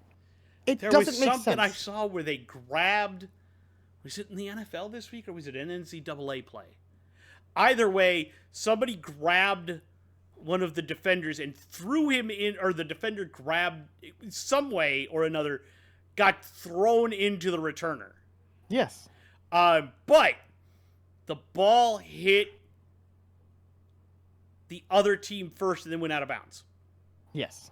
So I think that was in the NFL, actually. I think that did happen. I don't remember if that was NFL or if that was in like the. But I could be misremembering Gophers that. game Yeah. at the end of the Gophers game. Yeah, I could be misremembering that. But either way, like, that's not called a penalty though. That's not called like, oh, like, you know how that's a penalty if you run into him before he catches the ball, yes, or if he catches it for signals for a fair catch. Yes. But if you're forced into him, it's not a penalty. Why is this any different? This should be the same thing. He was clearly pushed and forced into the punter. So they have to make the determination as to whether or not he could have rolled a different way, or how he rolled, or anything From else. the way it looked on the camera and the angle that they showed, it didn't look like there was much opportunity to move out of the way at all. And but, now, also, I don't know that is a reviewable penalty. No, it's not. It's not. Which may, if it had been, maybe they reversed that and picked the flag up. Maybe. I don't know, but my point still stands is that I think that they really need to rethink how they do some of those calls. Now, I will say this. There were at least 2 times I did see Vikings defenders probably PI the defensive PI on the Jets that didn't get called. But, like, ultimately, I don't think it would have changed anything. Like, if you look at the way the game was, it was pretty ugly all around, and neither side really got super favored, to be honest with you. No. It was just refs not doing a good job at their job. Yeah, no. Refs did a horrible job. All right, and Johnny Munt also did catch the ball twice for 31 yards. Yes. I feel like I forgot that we haven't finished the stats yet. Sam Darnold did fumble and lose the ball once, which I feel a little bad about because I don't think that was necessarily all his fault on that one, but it did happen. Justin Jefferson did fumble the ball once, but it was not lost. Stephon Gilmore, Andrew Van Ginkel, and Cameron Bynum all come away with interceptions. Andrew Van Ginkel is just nuts. I'm pretty sure he ran his in for a touchdown, right? He did. That was 63 yards? 63 yards. Yep. 63 yards. AVG! You know what? He's playing really well. He's playing out of his mind, and I hope that keeps up. Cameron Bynum doing pretty well. And then obviously Stephon Gilmore coming up with the game-clutching interception at the very end there, while being interfered with. Which they tried to argue it was the other way around, and I'm like, there is no way that was. No, and the thing was, I don't think there was personally, I don't think there was interference either way. It looked like the offensive guy was kind of pushing him a little bit. Like I said, if he was going to be down PI, anyway. it was. The thing is, Gilmore knew the ball. The throw was low. Gilmore knew the throw was low, and he was turning around. He got his head around first, and he was sliding. He started dropping. Yeah, he started dropping to make that interception. It was a. But my point is that if there was ball. going to be a PI call, it would have been more offensive than defensive. Is my point. Like yes, it wasn't really PI, but if it was going to be called, like, either way. Let's look at defense. Let me see here. Ivan Pace Jr., Harrison Phillips, Harrison Smith, all coming away with sacks. Minnesota kicking Will Reichard 3 for 3 for a long of 54, 2 for 2. And that's somebody I think we also need to kind of now give some respect for. He hasn't missed a kick yet.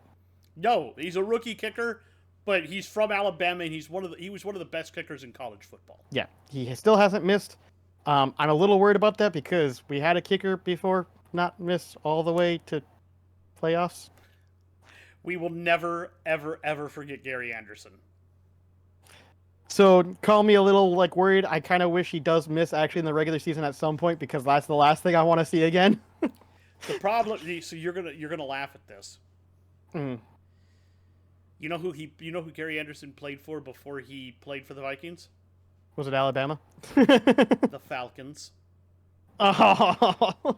And then he missed that kick against the Falcons, yeah. How much were you paid? And of course, punt returns. Brandon Powell did return 3 punts, but only for a long of 6. Not really anything worth noting. Yeah, there wasn't really anything there for him. But overall, Vikings did just play better than the Jets, specifically on defense. The Vikings did not play great on offense, but the Jets didn't play good on offense.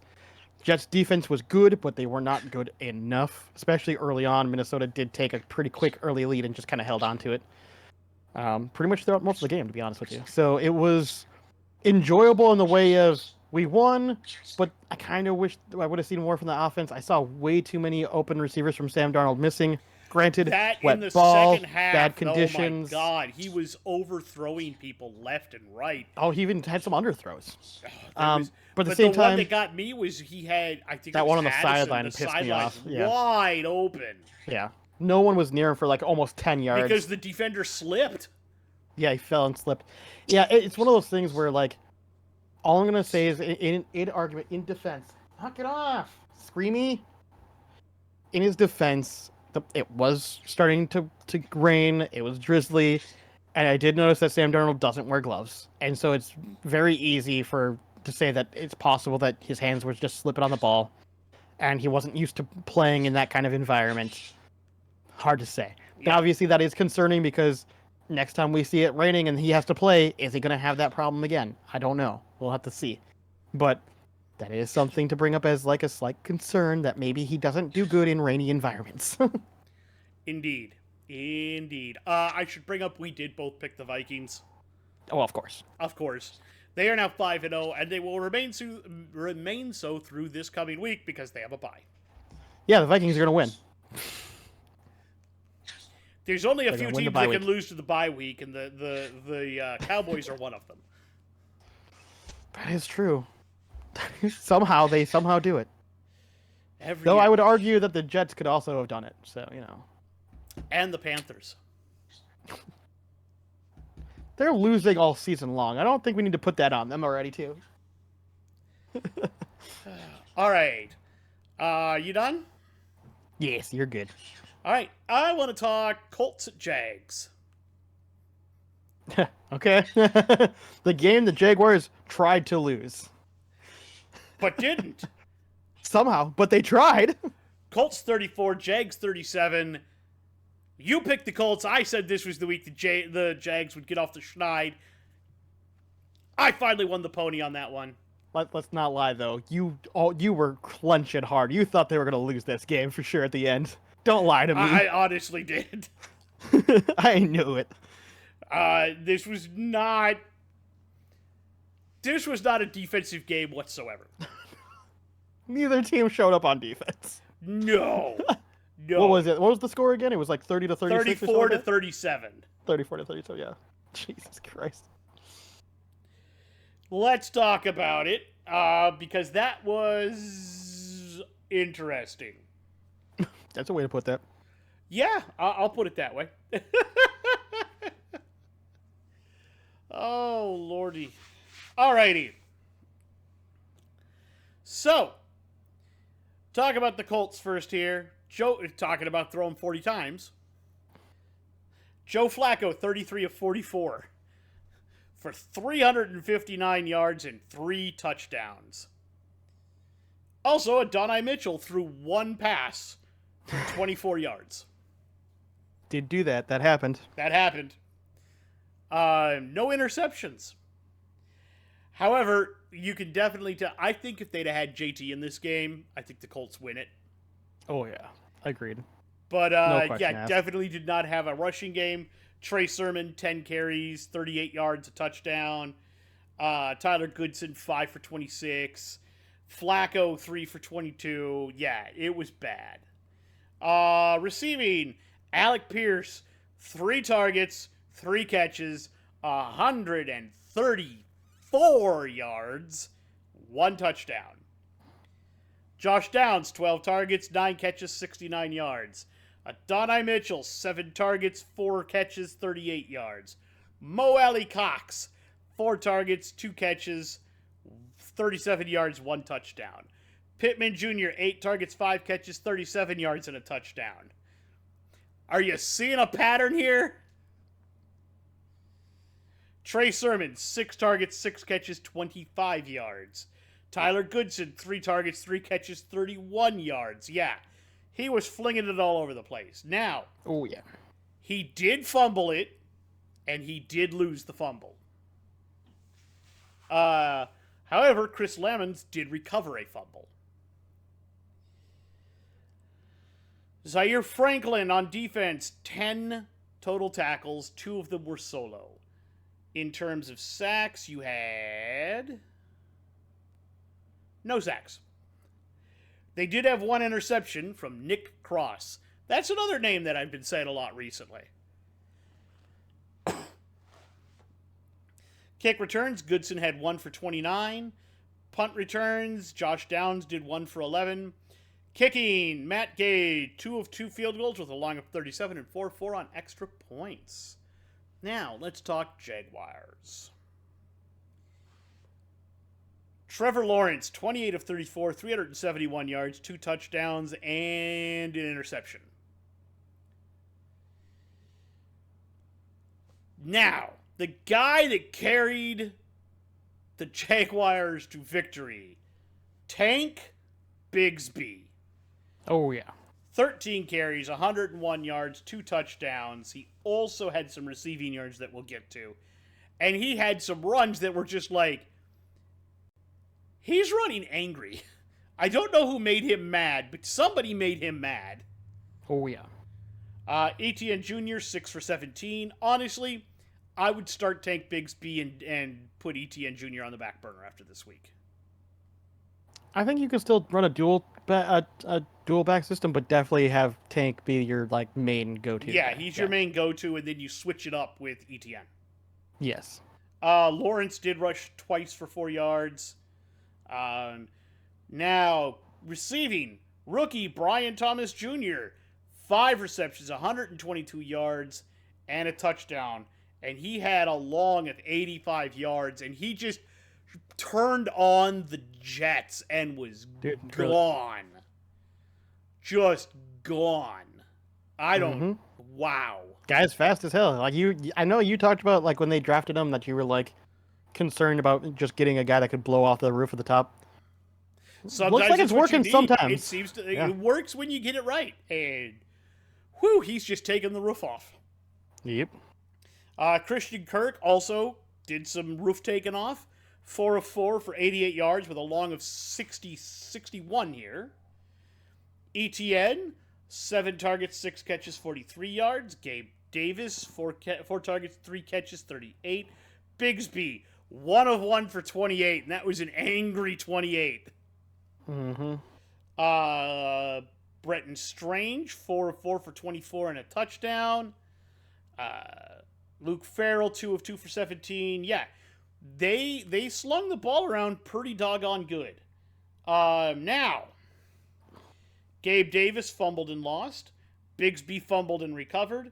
And Josh Hines-Allen recovered a fumble. In terms of defense, Antonio Johnson, 11 total tackles, 8 of them were solo. Looking down the list here. Trayvon Walker, 5 total tackles, 4 solo, 3 sacks. Josh Hines-Allen, 2 tackles, 2 solo, 1 sack. So yeah, they sacked Flacco 4 times. They did not have any interceptions. They did not have a kick return. Devin Duvernay, however, had 3 punt returns for 68 yards.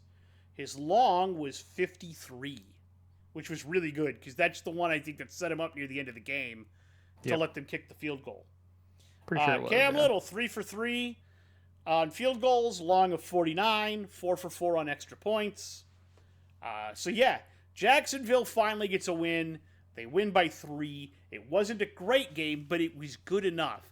The thing that I'm going to say about this, for me, that I'm worried about, I'm worried because they're paying a lot of money on defense and they're not getting a lot of results. They have enough good pieces on this defense that they should be getting better results, and they're not. Agreed. So that's concerning to me. Agreed. No, that's definitely a big concern. Offensively, they looked a lot better than they have recently. And if T-Law can finally keep up a pace like this, like this is what I'm expecting out of him. Maybe get rid of that interception, but... Agreed. I'm just concerned with the inconsistency he has at the moment. Yes. If he can find a way to be consistent like this, I think that he'll justify his contract, and I think everything will be fine. But he is very inconsistent at the moment, and I don't know the cause of that. I don't know if it's the coach. I don't know if he keeps getting hurt. I don't know if he's listening to the voices in his head, of people saying that he's not like he's crazy, but like, you know how... No, I know, but that's what I immediately picture. Just throw the ball. Do it. You know you want to throw it, T-Law. Throw that really bad pass. Do it. Yeah. But yeah, so like I look at that and I go, dude, calm down. Yeah, no. I don't know if he's trying too hard. Like, to be honest, with how much they're asking him to pass, I do wonder about that. But now that I'm wondering if they have a good run game, if that's going to help, Because I think that is one of the biggest concerns that they've run into for a while now, is that they didn't have a consistent run game. We'll see if that changes with Tank now. But in the past, that was always their big thing too, is that they just never really had a super consistent run game. That's kind of what allowed defenses to figure out, and like, okay, we can just throw 4 in the box and drop everyone else in the back, and just force you to have to only take very small short completions, or you're going to throw interceptions. Yeah. And now that Brian Thomas, the rapport between him and Thomas Jr. seems to be getting better. And I think as they get each other's timing down, that's going to turn into a very dangerous combination. Agreed. All right. That's all I got for that game. Okie dokie. What are you going to do next? Let's see here. You know what? I'm going to do it just because it was kind of it was interesting to talk about. So let's talk about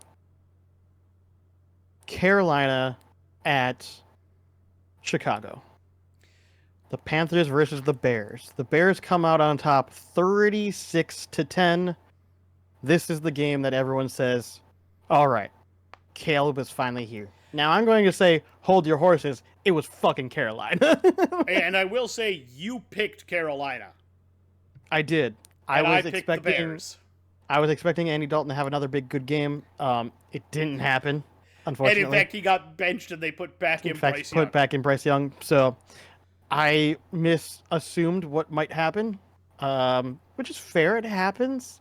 I took a gamble, and it didn't work. Yeah, it is what it is. I just didn't have faith in the Bears. And to be honest, I still don't really have faith in the Bears, but we'll get to it.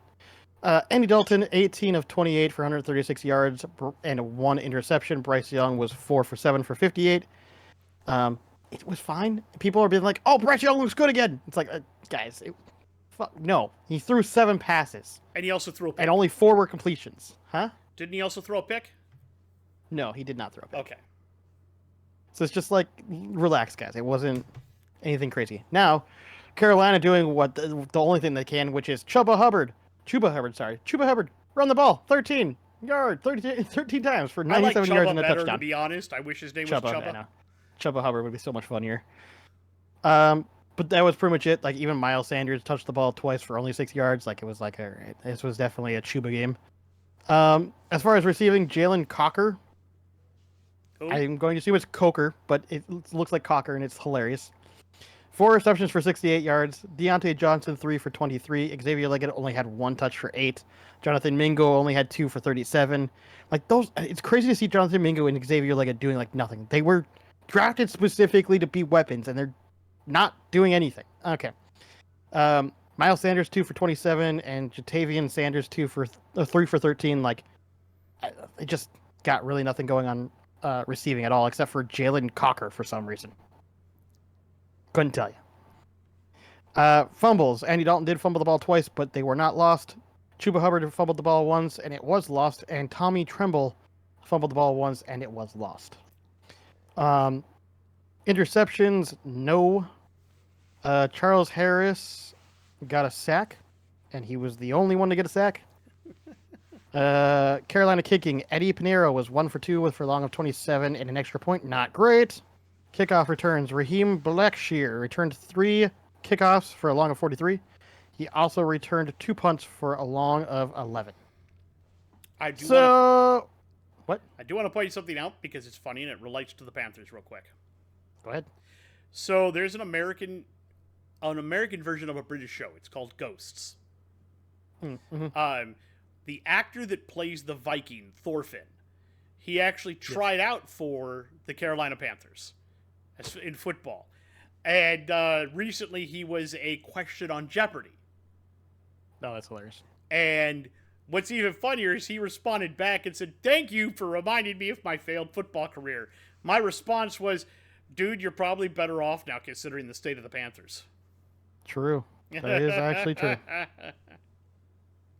I'm not going to lie about that. That's actually very, very true. Yep.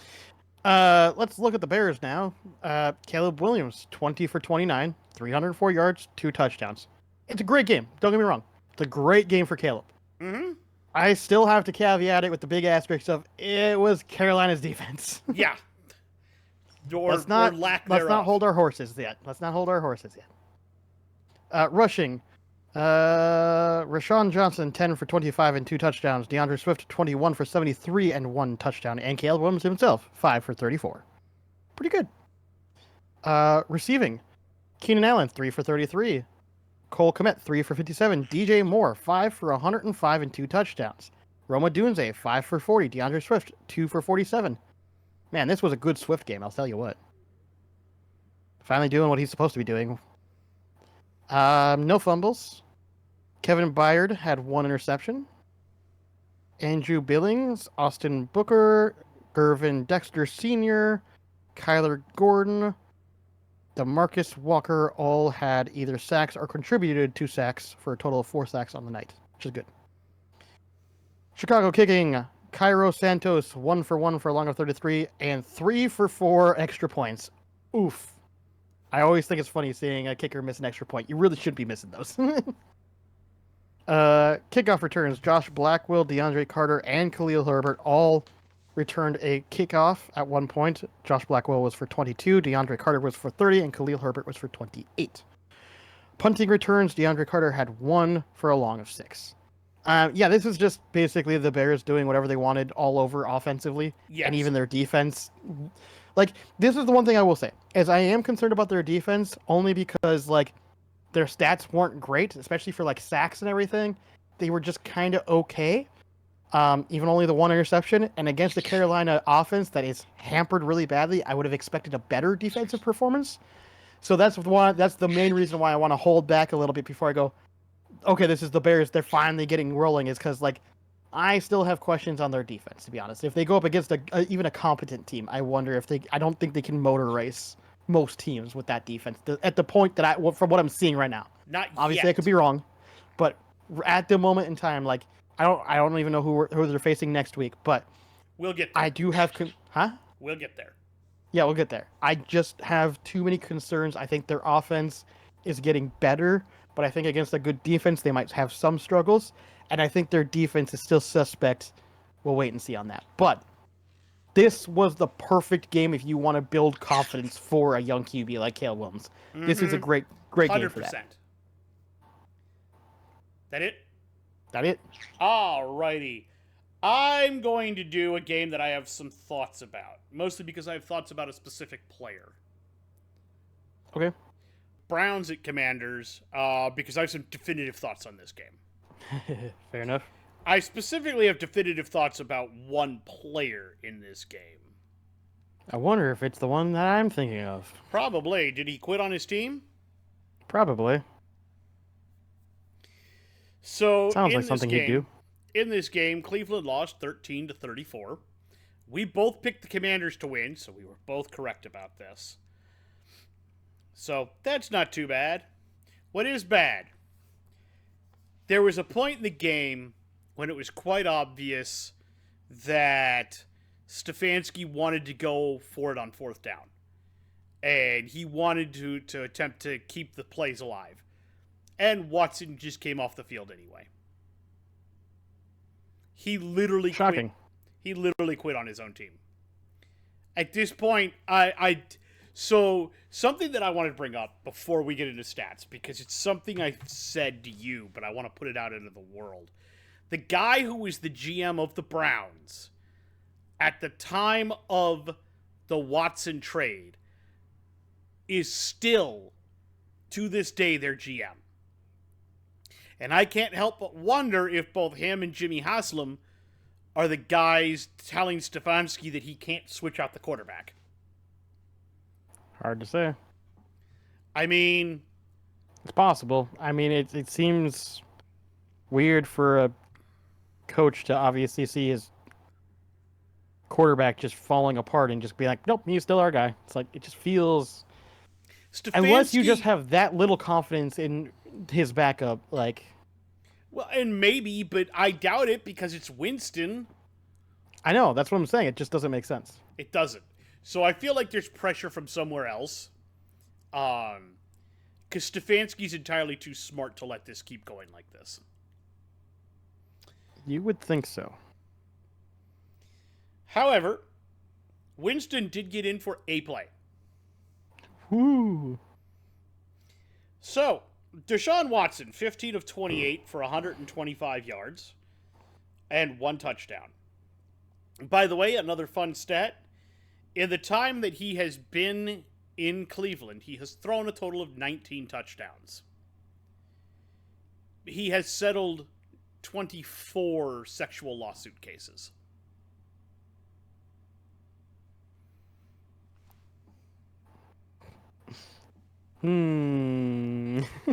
Listen, all I'm gonna say about that is like, so the sexual lawsuit things. All I want to say is that like, because I was thinking about this for a while, and I've been somebody who's kind of defended it because it's one of those things where like everything gets settled to court. There's no really information on what's going on. But after a while, there's got to be that idea of where there's smoke, there's fire. 100%. Like, and now like I'm not at first saying I that was like, this sounds fishy. No, what I'm gonna say is that I don't necessarily believe it's as bad as people want to say it is, just because I just don't know. But the fact that everything's getting settled out of court and he's paying all this money tells me that there must be some amount of truth to what's happening. There's like, it might not be as there, extreme as they want to claim it is, but there's definitely something there. Yup. That's all I gotta say about that. He was also sacked 7 times for 33 yards. Yeah, their O-line has some issues. Jameis Winston went 1 for 1 for 16 yards. Hell yeah, Jameis. In terms of rushing, Jerome Ford, 9 for 47. Donta Foreman, 9 for 44. Watson, 3 for 14. Yeah. And Jameis Winston, 1 for -3. Woo! Receiving, Amari Cooper, 4 for 60.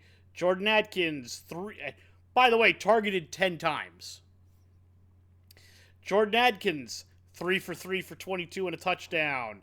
Donta Foreman, 1 for 1 for 16. Jerry Jeudy, 3 for 1 for 16.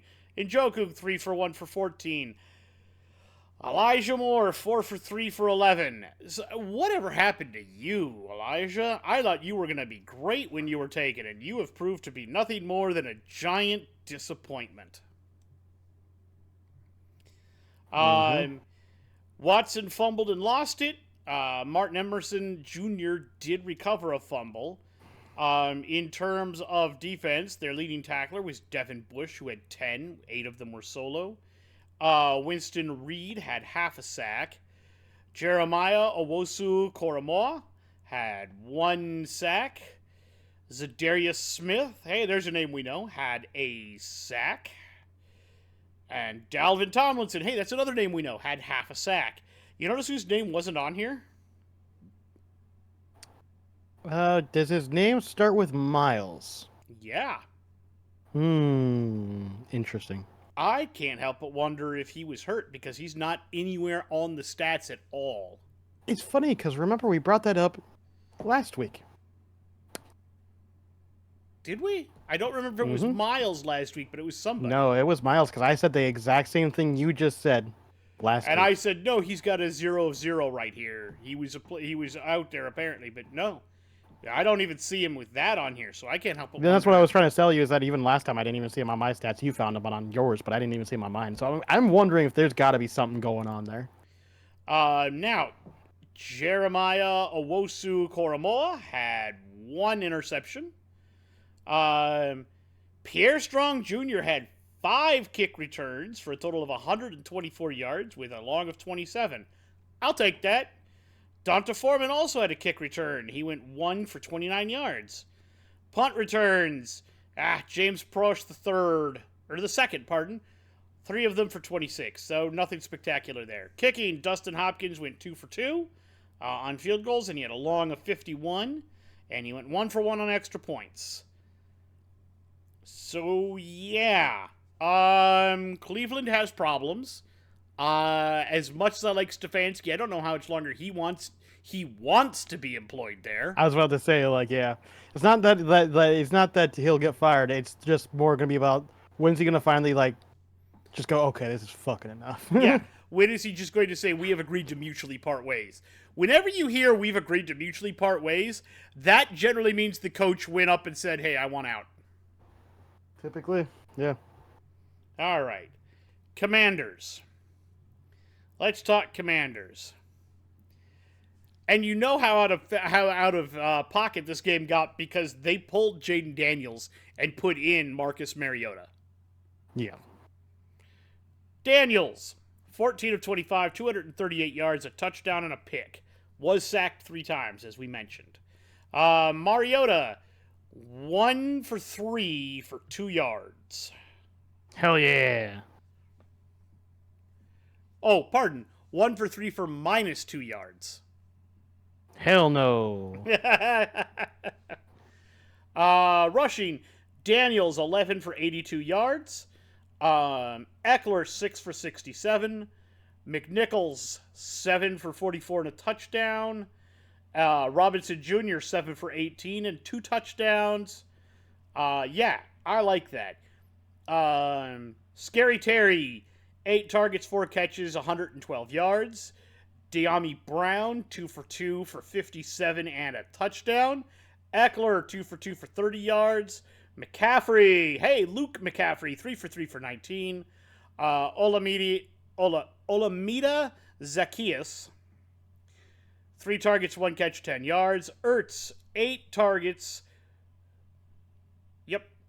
8 targets, 2 catches, 10 yards. And Bryson Tremaine, 1 for 1 for minus 2. We found the minus 2. McLaurin did fumble and lose it. Eckler fumbled. Frankie Louvu recovered a fumble, and Olamide Zacchaeus recovered a fumble. I do want to point something out here before I get into defensive stats. People are saying that Jaden Daniels is essentially... he's my quarterback, for Christ's sakes, in fantasy. I'm sorry, it's late, names are eluding me. Baltimore. Lamar, yes. Lamar Jackson. They're saying essentially he's Lamar Jackson, and I disagree. Oh, yeah. It's not the same. No, I think at this point in his career, if you were to look at Lamar at the same point in his career at this point, I think Jaden is a lot more accurate and has a better arm. Are they both fast? Yes. Has Lamar gotten a better arm and become more accurate? Yes. I think Jaden is better now than Lamar was at this point in his career, though. That's my point. I don't know if I 100% agree with that, but I do understand what you're saying.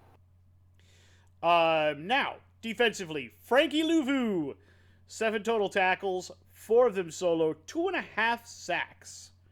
Bobby Wagner, 6 tackles, 3 total, 3 solo for 1.5 and 1.5 sacks. Jonathan Allen, 4 tackles, 4 solo, 1 sack. Let's see if I can find the other sacks here. Dorrance Armstrong had a sack. Dante Fowler Jr. had a sack.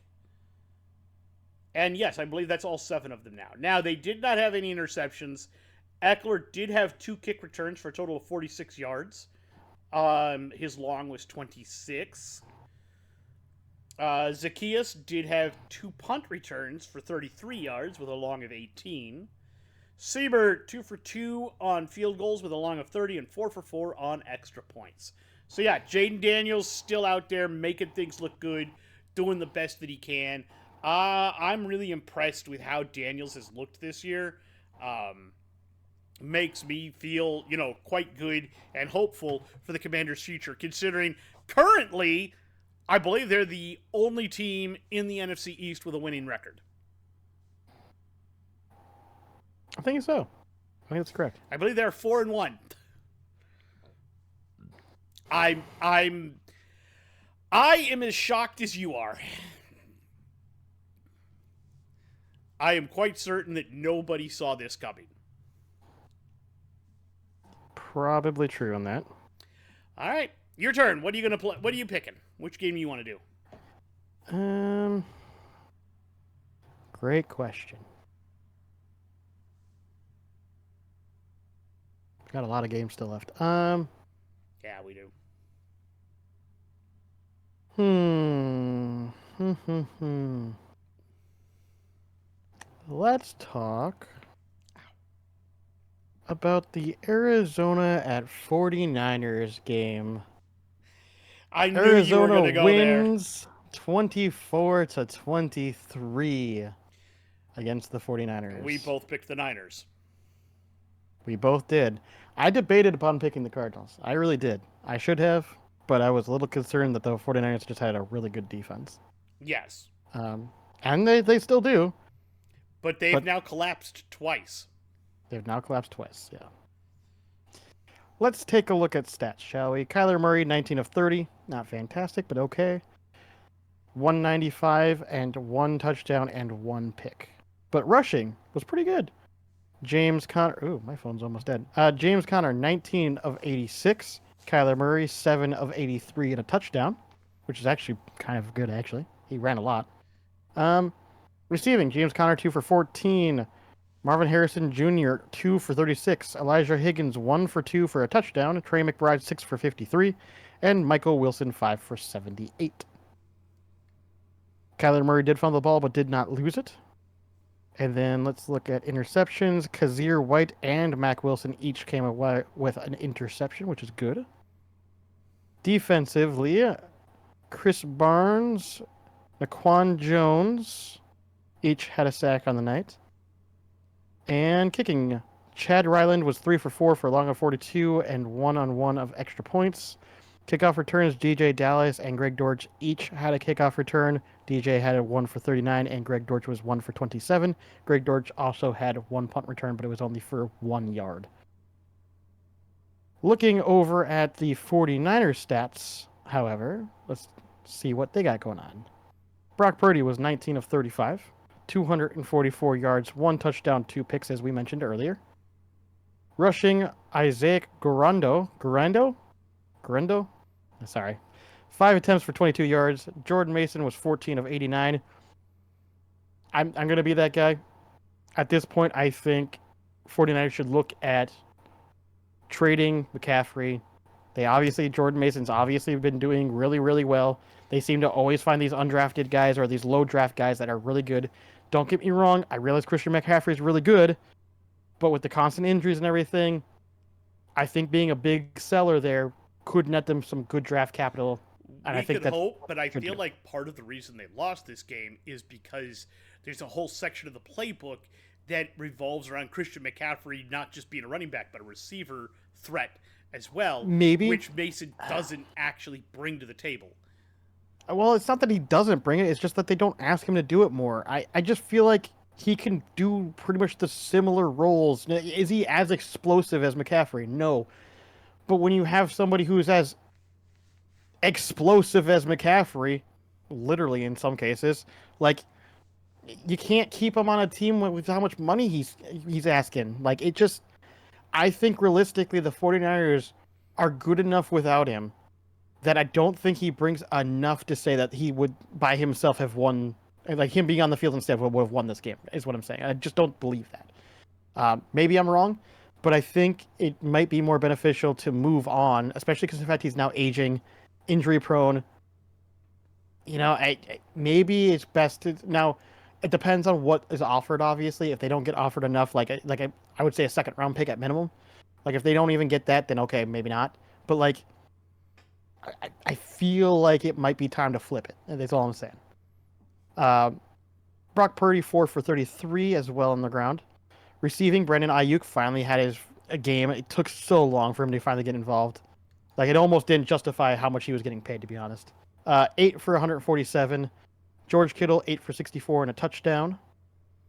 Guess who didn't Jordan have Mason, a game, though? Deebo Samuel, 1 for 11. Yep. Jordan Mason did fumble the ball once, which is unfortunate.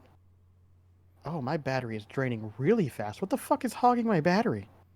Like, it went from 15% to 9% in the last 5 minutes. Something's hogging my battery, and I do not like it.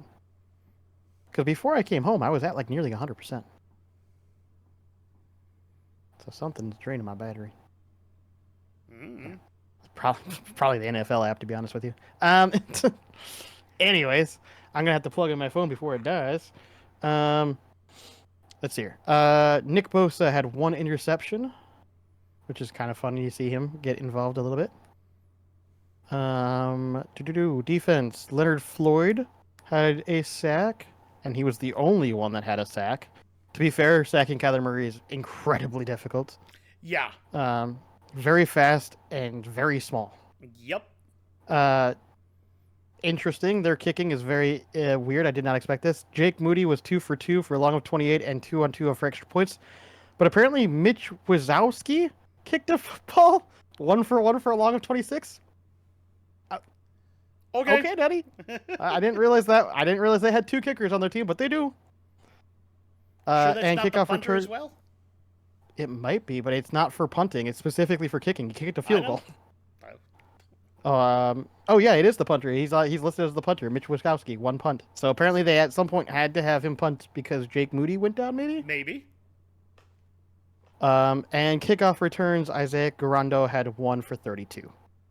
And the ending of this game was wild, fun to watch. It was wild. But Arizona manages to pull it out off of the 49ers collapsing at the very end of the game. I think Arizona is a really good team, but I'm starting to now wonder if 49ers have a problem? A problem of some kind, yes. A choking problem? Potentially. There's another team on here that we can talk about for as far as choking problems are concerned. But that's neither here nor there. I'm going to find a plugin for my phone while you go off on the next one. I thought, don't you have to do Arizona's? Oh, you already did theirs. No, I went over there. I did theirs first, yeah. You're good. Yeah, the 49ers, I feel like they have a choking problem. Which one do I want to... You know what? I will bite the bullet again this week. Well, discharge my phone. Let's hope so. Yes, it does charge my phone, and it fast charges it too. Good. So when I'm not using it, I can keep it right there. I'm going to bite the bullet, and I'm going to talk about the boring game. Which one? Really, there were technically 2 of them that I would consider technically 2 boring, but I'm going to talk about the really, really boring one. I'd have to look at the schedule again to know which one that is. Dolphins at Patriots. That was pretty boring. That was incredibly, incredibly boring. And in the end, the Dolphins do pull it out, 15-10. We both picked the Dolphins to win that one, and we were both right. If there was a game they were going to win, it was going to be this one. That's fair. That's, I think, more than fair. But let's talk about it because it wasn't a greatly played game. This was kind of a crap game. Tyler Huntley started again. He went 18 of 31 for 194 yards and 1 interception. Sacked 3 times for 15 yards. Ugh. Jalen Wright, though. 13 carries, 86 yards. Raheem Mostert, 19 carries, 80 yards. Unfortunately, it looks like Achane was just a flash in the pan. 3 for 18. Haven't seen him. Well, it's possible that there's also some injury concerns. That O-line's, I don't know, man. It feels like he's really good at certain times, but he's just not been there this whole season, I should say. Yeah, that's what I was saying. After he got hurt last season, it feels like he's lost some explosiveness. Either that or it's just the fact that he's really good when the people aren't expecting a run. Put it that way. And if the passing game's not really doing enough, you know what I'm saying? I feel like that's part of the problem as well. Tyler Huntley went 3 for 7 yards. Alec Ingold had 1 rush for 3 yards and a touchdown. In terms of receiving, Tyreek Hill, 10 targets, 6 catches, 69 yards. We're used to a lot more from him, but that's better than he's been recently. For sure.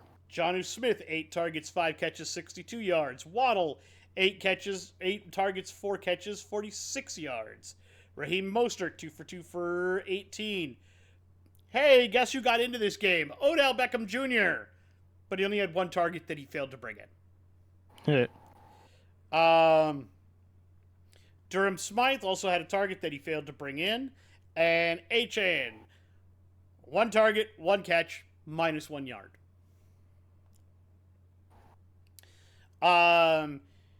So Jake Bailey fumbled and lost it. Blake Ferguson fumbled. Aaron Brewer fumbled. Jason Sanders recovered a fumble, and Alec Ingold recovered a fumble. I can't help but wonder if he recovered a fumble down near the goal line, and that's what caused the 3-yard run for the touchdown. Probably. Let's see here.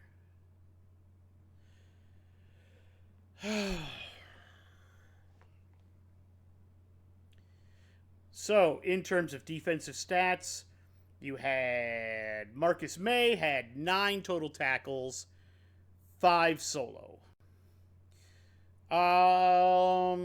Emmanuel Ogba had a sack. Zach Sealer had a sack. And that's it.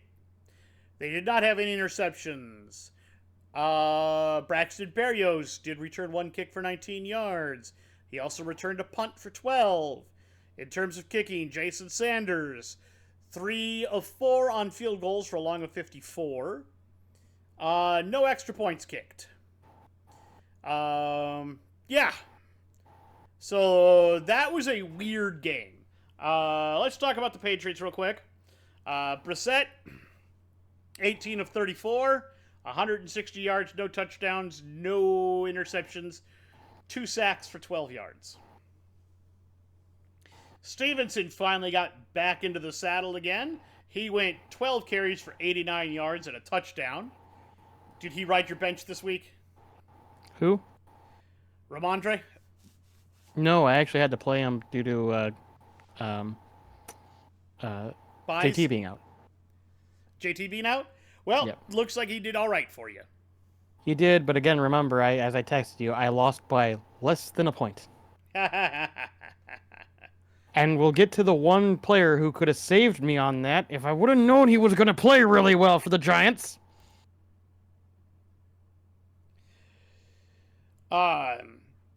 Antonio Gibson carried 5 times for 52 yards. 6 times for 52 yards, pardon. And Brissett did rush once for 10 yards. In terms of receiving, Demario Douglas went 6 of 59. 6 for 59.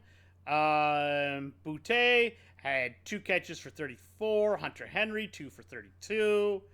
Jalen Polk, 1 for 13. Austin Hooper, 1 for 9. On down the list.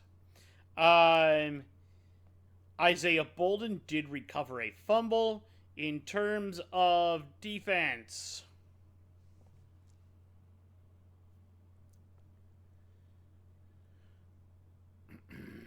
let's see here.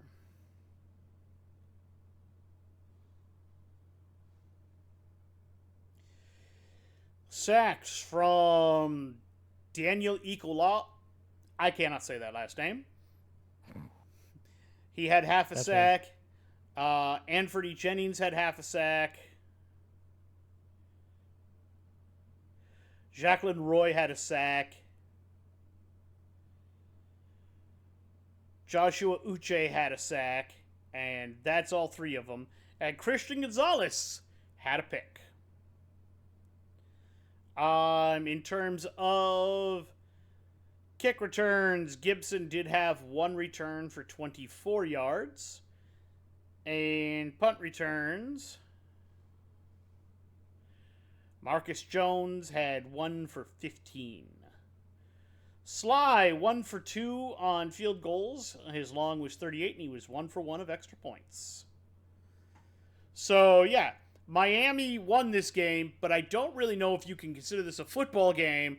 This was more 2 teams slap fighting. Pretty much. All right, your turn. All right, let me pull up my dying phone here. Since I already mentioned it, I guess I'll go ahead and talk about the New York Giants versus the Seattle Seahawks. Giants come out 29-20, and I don't know if either one of us picked the Giants. I You suspect did. not. Oh, did I really? Hell yeah! You picked the Giants. I picked the Seahawks. I don't even remember doing that, but hell yeah. I think it's because I'm just so low on the Seahawks. So You are. I still have like no faith in them for some reason. I don't know. I think I got proven right, but we'll see. All right, let's talk daddy stats. If I can pull them up. Come on, NFL. You can do it. I believe in you. No, come on. Show me the stats. Show me the Carfax. Sorry. You're fine. Daniel Jones, 23 of 34. 257 yards, 2 touchdowns, no picks. One of his better games, to be completely honest with you. He's been getting slowly better. Maybe we're a little too hard on Daniel Jones, but we'll see. We'll see. Maybe he's one of those QBs that starts slow every year. Maybe he just needed some receivers. Maybe, but we'll get to that. Rushing: Eric Gray 4 for 4, Daniel Jones 11 for 38. Tyrone Tracy Jr., 18 for 129 yards. I don't think anyone expected that to happen. Nope. Receiving: Eric Gray, 3 for 50. Theo Johnson, 5 for 48. Wan'Dale Robinson, 6 for 36 and a touchdown. The motherfucker who's riding my bench right now, Darius Slayton, 8 for 122 yards and a touchdown. I'm so mad. So, for those who didn't know, I had to take out one of the Texans receivers because he wasn't going to play. So I took him out and I had to make a choice. And I was looking between Darius Slayton, who hadn't had a great game now, but maybe could play well because Malik Neighbors wasn't playing, or my other option, which was Quentin Johnston. He had a couple of touchdowns, so I figured, he's going to earn him at least 10 points if he gets a touchdown. Guess who didn't earn a fucking touchdown? I don't even know that he got that many points. He didn't. But Darius Slayton got like 25 points. And he literally would have won me the entire week if I would have played him. I'm so mad. And now I'm just watching for him to see, is Malik Willis not Malik Willis, is Malik Neighbors playing? Is he playing? Is he not playing? If he's not playing, I'm putting Slayton in, goddammit. Oh, I 100%. Because apparently, if Neighbors doesn't play, Slayton's just the dude, apparently. And watch, next time that happens, I'm going to put Slayton in, and he's going to get no touches because Wan'Dale Robinson's going to go off instead. Yeah, probably. Probably. Now, with enough of my grumblings, fumbles. Eric Gray did fumble the ball once and lose it. Daniel Jones also fumbled the ball but did not lose it. No interceptions. Brian Burns, DJ Davidson had sacks on the night. Actually, DJ had 2 sacks on the night. Dexter Lawrence had 3 sacks on the night. God damn, dude. Go Dexter. Raheem Nunez and Kayvon Thibodeau shared a sack for a total of 7 sacks on the night. Also, I just want to say, I've heard rumors of us trying to buy Dexter Lawrence. I don't think that's going to happen now, guys. No. The Giants are slowly starting to get better, and the fact that people think they might sell at the deadline, I'd be shocked by that at this point. Because I would absolutely be shocked. They're starting to get better, yeah. Especially if they get Malik back, that's... If their offense keeps cooking with Malik also being as good as he was, they could be dangerous. New Giants kicking. Greg Joseph 3 for 3 for long of 38 and 2 on 2 for the extra points. Kickoff returns. Eric Gray had 2 for 22, a long of 25. And Emir Smith Marset had 1 for 24. Emir also had 2 returned punts for a long of 8. Overall, a really solid game from the Giants, to be honest. As much as we give them shit, they've been playing fairly well. Now let's look over at Geno Smith, shall we? Let's 28 let's of 40, 28 of 40, 284 yards, 1 touchdown, no picks. Their rushing game also had some issues. I'll put it this way: Zach Charbonnet, 2 attempts for 11. Kenneth Walker III, 5 attempts for 19 yards. Geno Smith, 4 for 72. Listen, when your QB is your lead rusher, you got a problem. We know Kenneth Walker can be great. What happened? Did he get injured? Because, like, he only had 5 attempts. I don't get it. I don't understand. Receiving. Spread the ball around a little bit here. Okay, AJ Barner 1 for 13, Jake Boba 1 for 3, Zach Charbonnet 3 for 19, Noah Fant 3 for 24, Tyler Lockett 4 for 75, TK Metcalf 4 for 55, Jackson Smith Najigba 4 for 31 and a touchdown, and Kenneth Walker 7 for 57. So he clearly wasn't injured. You were just using him as a receiving back the entire game, apparently. Apparently. Which doesn't make sense because we've seen him on the ground. He's got a great ground game. Let him run. Let him do his thing. Anyways, TK Metcalf did fumble and lose the ball, unfortunately. No interceptions from Seattle. And Jerome Baker, Derek Hall had sacks. Who else? Anyone else have sacks? There should be one more. Tyrell Dodson also had a sack. So we had 3 sacks on the night. Seattle kicking Jason Myers 2 for 3 for a long of 48 and 2 for 2 on extra points. Kickoff returns, Lavishka Chenault had 2 returns for a long of 32, and D. Williams had a return for 24 yards. D. Williams also returned 1 punt for 7 yards. Don't let this score fool you, though. 29-20, it looks like it's close, but I'm not going to lie to you. Most of this game, the Giants kind of held the game. Yeah. They tried, like, the Seahawks tried to make it a game by the end, but, like, the majority of the game was very much they had the a chance Giants just kind of at running the over. very end of the game. They were down That's what I'm saying, 23 to 20. The very end of the game, they went to kick a field goal to send it to overtime. It got blocked and returned for a touchdown. And that's what I'm saying. Like, the majority of this game was basically the Giants just deciding that we're going to win, and we're not going to really give you much of a chance until the very end. And even then, Seattle still managed to find a way to not win, to put it bluntly. Yeah. NFL, your app sucks. Why do they keep updating it and making it worse? I don't know. That's why I use ESPN. Like, I'll just say this. The one thing that pisses me off the most that they changed is now in the settings here, where I can see everything for stats and everything, they don't have a breakdown of the scores per quarter anymore. For no fucking reason. Okay. My rant's done. You can go. All right. I'm going to talk Buffalo at Houston. And honestly, this game is another one of those games that wasn't as close as it looked. Buffalo 20, Houston 23. We both picked the Bills. We were both wrong, and let's get into why. Josh Allen, 9 of 30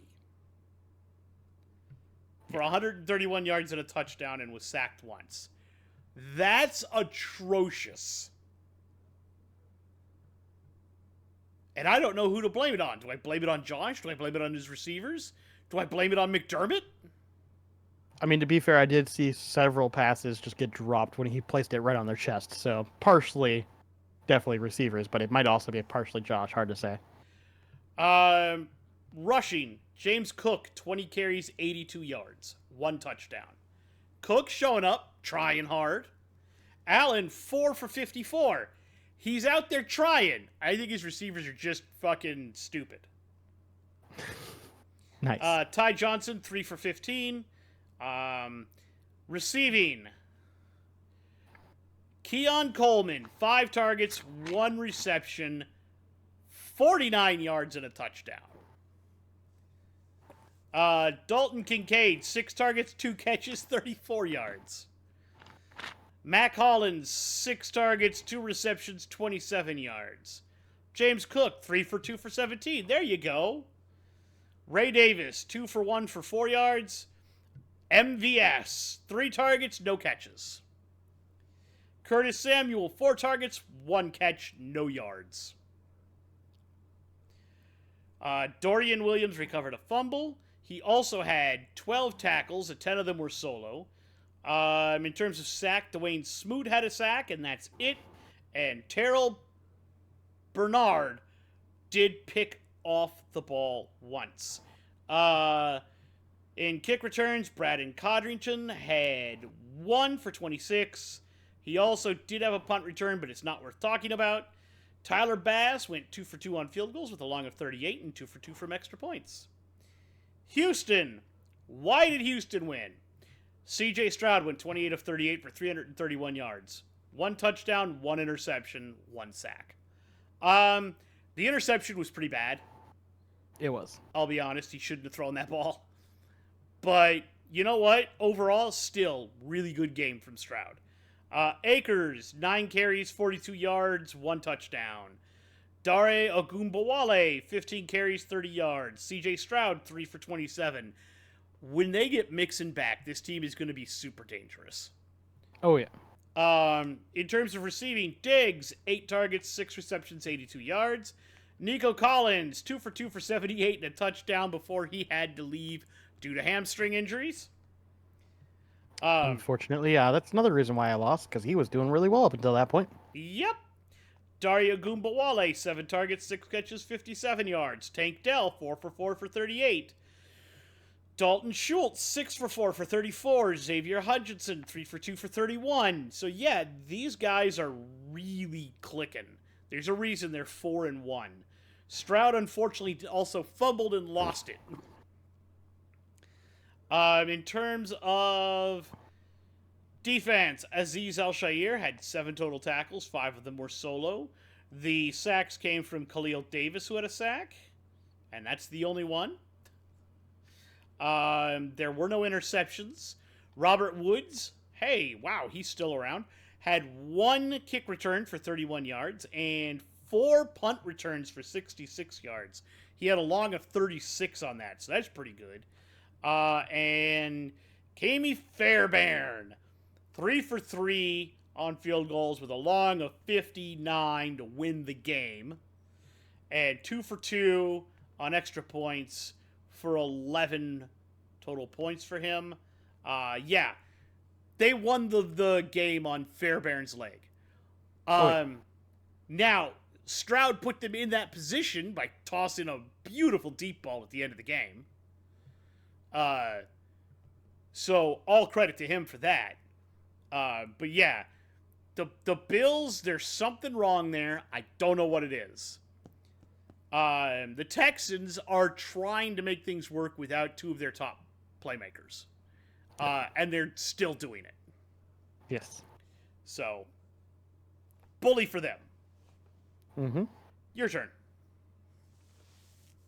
All right. So I already got the next one pulled up. I'm going to talk about the Raiders at Denver. Raiders lose 18-34. We both picked the Raiders. Yep. I mean, to be fair, up until this point, the Broncos have been fairly inconsistent. But goddamn! Let's look at the stats and see what happened. So, first off, let's look at the Raiders. Gardner Minshew, 12 of 17, 137 yards, 1 touchdown, 2 picks. Aiden O'Connell, 10 for 20, 94 yards, no touchdowns, 1 pick. That's the one I was thinking about, where the backup came in and also threw a pick. Yes. Rushing, Amir Abdullah, 5 for 42 and 1 touchdown. Not bad. Alexander Madison, 15 for 38. Yeah. Gardner Minshew, 2 for 22. Yeah. Receiving, Amir Abdullah had 3 for 9. Brock Bowers, 8 for 97 and a touchdown. Alexander Madison, 2 for 23. Jacoby Myers, that you were right, 6 for 72. And that's about it. Can't. Well, no fumbles at least. No interceptions, though. Let's look at their defense. Max Crosby had 2 sacks. And Christian Wilkins had 1 sack. Okay, not bad. Kicking, Daniel Carlson had 1 for 1 for a long of 40 and 1 extra point. Amir Abdullah did have one kickoff return for 23 yards. And that's all of the important stats for the Raiders. Kind of sad. Yeah, just a little bit. How about we look at the Broncos now? Bo Nix, 19 for 27, 206 yards, 2 touchdowns, no picks. One of his better games he's played, actually. Rushing, Jaleel McLaughlin, 6 for 22. Marvin Mims, 1 for 17. Bo Nix, 8 attempts for 9 yards and 1 touchdown. Javonte Williams, 13 for 61. Let's look at their receiving.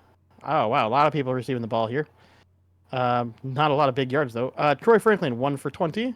Little Jordan Humphrey, 2 for 48. Josh Reynolds had 1 for 9 and a touchdown. Jaleel McLaughlin had 3 for 3 for 1 touchdown. Cortland Sutton, 2 for 32. Adam Troutman, 1 for 19. And Javonte Williams, 5 for 50. Looking over at fumbles, Luke Wattenberg had 1 fumble, but did not lose it. Interceptions, Riley Moss had 1, and Patrick Surtain II had 2 interceptions. 1, I believe, was a pick 6 for 100 yards. I believe so. I think he went 100 yards on that one. Yes, he did. He did indeed. Defense, Zach Allen had 1 sack. Nick Bonito had a sack. Jonathan Cooper had a sack. And that was all 3 sacks of the day for them. Denver kicking, we had Will Lutz, 2 for 2 for a long of 51 and 4 for 4 on extra points. Kickoff returns, Trayman Smith was returning kickoffs. He had a long of 38. And Marvin Mims Jr. was their punt returner. He had 2 for a long of 38. Frankly, this was a shit show for the Raiders because it was very much Denver going exactly what I was saying before this. It was Denver just kind of doing what they wanted. Bo Nix wasn't asked to do a whole lot, which is good. Not to say that like he's bad and that's why they were doing it, but more like in the aspect of like the rest of the team was doing so well that they didn't have to rely on him to try to make crazy plays or anything. And when he was throwing, he looked good. Like he's showing progress. Agreed. He's obviously not looking as good as Jaden Daniels or even as good as like Caleb Williams, but he's still showing enough progress where it's like, okay, I can see why they picked him. Like there's still something there. Yeah. 100% agree on that. All right. That's all I got to say about that. All right. I will do Packers at Rams. You pick the Packers, I pick the Rams. The Packers win 24-19. Yeah. Let's get into it. Jordan Love, 15 of 26, 224 yards, 2 touchdowns, 1 interception, sacked twice for 27 yards. Josh Jacobs, 19 carries, 73 yards, and a touchdown. Emmanuel Wilson, 6 carries, 24 yards. Jaden Reed, 2 for 19. And Jordan Love, 3 for 10. In terms of receiving, Tucker Kraft, 5 targets, 4 catches, 88 yards, and 2 touchdowns. Holy crap. I believe that's one of their tight ends. Which one? Tucker Kraft. Yes, he is. Jaden Reed, 6 targets, 4 catches, 78 yards. Josh Jacobs, 1 of 1 for 21. Dontavian Wicks, 7 targets, 2 catches, 20 yards. Maybe don't throw to Dontavian Wicks 7 times. Malik Heath, 3 targets, 2 catches, 14 yards. Bo Melton, 2 targets, 1 catch, 12 yards. Emmanuel Wilson, 1 target, 1 catch, -9 yards. I don't think that worked out very well. Jordan Love did fumble, but he did not lose it, and Xavier McKinney recovered a fumble. In terms of defense, Evan Williams went 10 total tackles with 4 of them solo. Sacks by Edgerrin Cooper, the rookie. Preston Smith had half a sack, which he shared with Carl Brooks, who also got another sack for a sack and a half. Interceptions. Guess who? Xavier McKinney. 5 straight weeks now he's had a pick. Of course. Yeah, like we were saying, I think out of everybody the Giants defense misses, I think they miss Xavier McKinney more than they miss Saquon Barkley. I remember seeing the video of Tom Grossi like pretending to be like the Giants, be like, "Can we have him back?" There was also when he was watching the game and they did the recovery. He goes, "That counts. We'll take it. 5 weeks in a row," and then he got the interception anyway. The actual interception, yeah. They didn't have any kick or punt returns. Braden Narvison, the kicker who couldn't hit crap against us, went 1 for 1 from 46 and 3 for 3 of extra points. Good job. You finally learned how to put the ball between the uprights. Whee! Let's talk the Rams. Now, here's the thing. The stats aren't bad. No, they're not. Just not enough But of them. just not enough. They had a chance at the very end of the game, and unfortunately, Stafford just is a little less mobile than he'd like to be, and also missing 2 of his top wide receivers. So. I don't think the Rams are going to be a threat until they get either Cooper or Puka back. Once one of them comes back, it seems like they're very wild cardy without him. Yeah. Yes. Stafford. Talk about people asked to throw too many times. 29 of 45 for 260 yards, 1 touchdown, 1 interception, sacked 3 times. Kyren Williams, 22 carries, 102 yards, and a touchdown. Blake Corum, 5 carries, 25 yards. Tutu Atwell, 1 for 7. Receiving, Jordan Whittington, 10 targets, 7 catches, 89 yards. Tutu Atwell, 10 targets, 6 catches, 58 yards. Colby Parkinson, 13 targets, 7 catches, 52 yards. Demarcus Robinson, 5 targets, 3 catches, 28 yards, and a touchdown. Hunter Long, 2 for 2 for 16. Corum, 1 for 1 for 8. Xavier Smith, 2 for 2 for 6. Kyren Williams, 1 for 1 for 3. Davis Allen, 1 for 0. Kyren Williams also did fumble and lose the ball. Yuck. Defensively, Cameron Curl had 8 total tackles. 4 of them were solo. Kobe Turner had 6 and 5, but he also had 2 sacks. The only sacks for the team. And Jalen McCullough had 1 interception. In terms of kick returns, Blake Corum, 3 for 74 with a long of 27. That's pretty good. I'll take that any day of the week. Xavier Smith tried to return a punt and didn't go anywhere. Kicking, Joshua Carty, 1 of 2 on extra points. Yeah. I stand by what I said. I think until the Packers get, or not the Packers, the Rams get back either Cooper Kupp or Puka Nacua, they're not worth taking a gamble on. Kind of seems that way. Yep. All right, 2 games left. Which one do you want? Sunday night or Monday night? I guess we'll go in order. I'll grab the Cowboys-Steelers game regardless of how bad it was to watch. It did end up being close at the very end, but it still wasn't an enjoyable watch for me. The Cowboys should not have won that game. No. Dallas wins 20-17, barely by the skin of their skinny teeth. We both picked the I know that's not how that Steelers. goes. Unfortunately. But let's look at stats and see what happened. Dak Prescott, 29 of 42, 352 yards, 2 touchdowns, 2 interceptions. Very much a Dak Prescott game. Kind of really is. Rushing, Rico Dowdle, 20 for 87, Ezekiel Elliott, 6 for 17, and that's pretty much it. Receiving, we have Rico Dowdle, 2 for 27 and a touchdown. Jake Ferguson, 6 for 70. CeeDee Lamb, 5 for 62. Brevin Spanford, 2 for 20. Jalen Tolbert, 7 for 87 and a touchdown. And Kayvon Turpin, 4 for 50. Fumbles, Rico Dowdle had 1, but did not lose it, and Dak Prescott had 1 and did lose it. No interceptions on the day. Chauncey Golston and Carl Lawson, Odinguzoa, Jesus Christ, I'm sorry, Tyrus Wheat all contributed to sacks for 3 total on the night. Not horrible. Not horrible at all. Oh, Linval Joseph also had 1. I almost forgot about that. Sorry, bud. Got you in there anyways. Dallas kicking. Brandon Aubrey, 2 for 3 for long of 55 and 2 on 2 on extra points. Kavonte Turpin had 1 kickoff return for 38 yards. And the thing is, they didn't play bad. They just didn't play well. Unfortunately, another team also didn't play super well either. Let's look at the Steelers, shall we? Justin Fields, 15 of 27, 131 yards, 2 touchdowns. Now, not bad, just there not great. was a point where he got popped under the chin. Yes. And then there was some confusion about whether or not he needed to go off for a play or not. Well, Kyle Allen did at some point come on the field and completed 1 pass for 19 yards. So there you go. At least that happened. It was so funny that it's Kyle Allen too. That's it's not. They didn't even put in Russ. They're like, nah, just put it in Kyle. Now, fuck Russ. supposedly, Russell may be starting this upcoming week. There's rumors about it. I don't think it makes sense because Fields has been playing fine.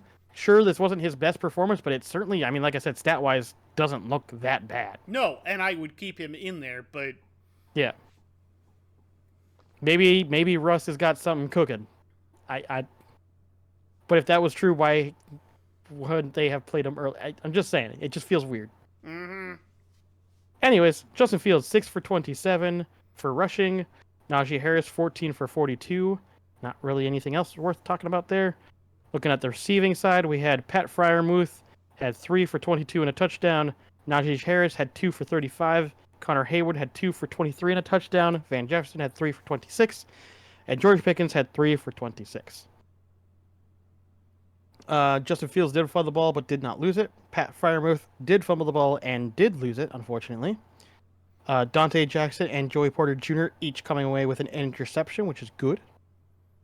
Defensively, let's look at sacks. Nick Herberg had half a sack. And TJ Watt had 1.5 sacks for a total of 2 sacks on the night. TJ Watt doing TJ Watt things, of course. And looking at kicking, Chris Boswell was 1 for 1 for a long of 41 and 2 for 2 on extra points. As far as kickoff returns, they had Aaron Shampklin return kickoffs, 4 for a long of 32. So this was a very close game overall, but again, it was close not because it was an enjoyable watch.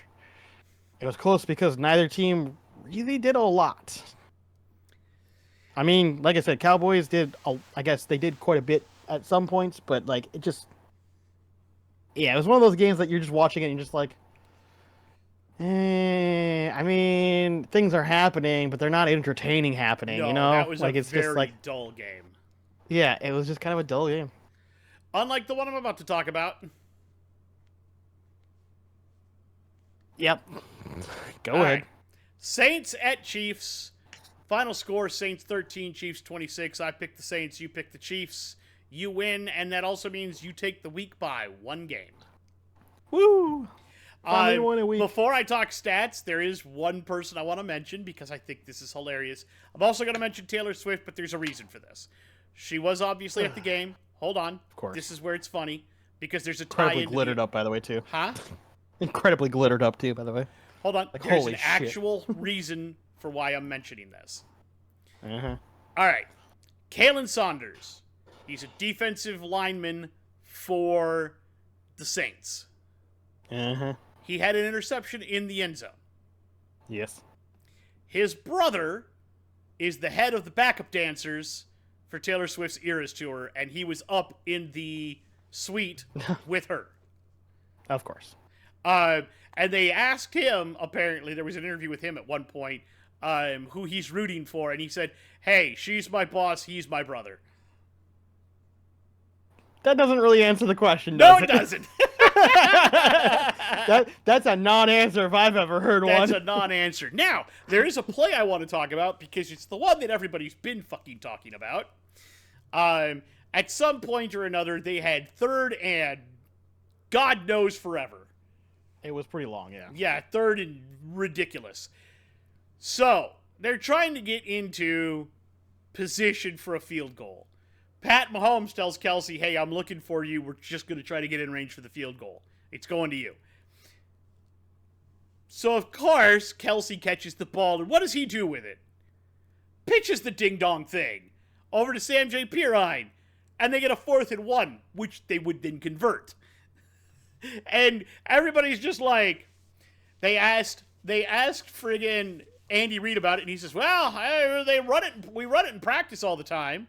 Pirine also said, we do run that in practice, so I kind of saw the chance that there might be something there, so I just stuck with it.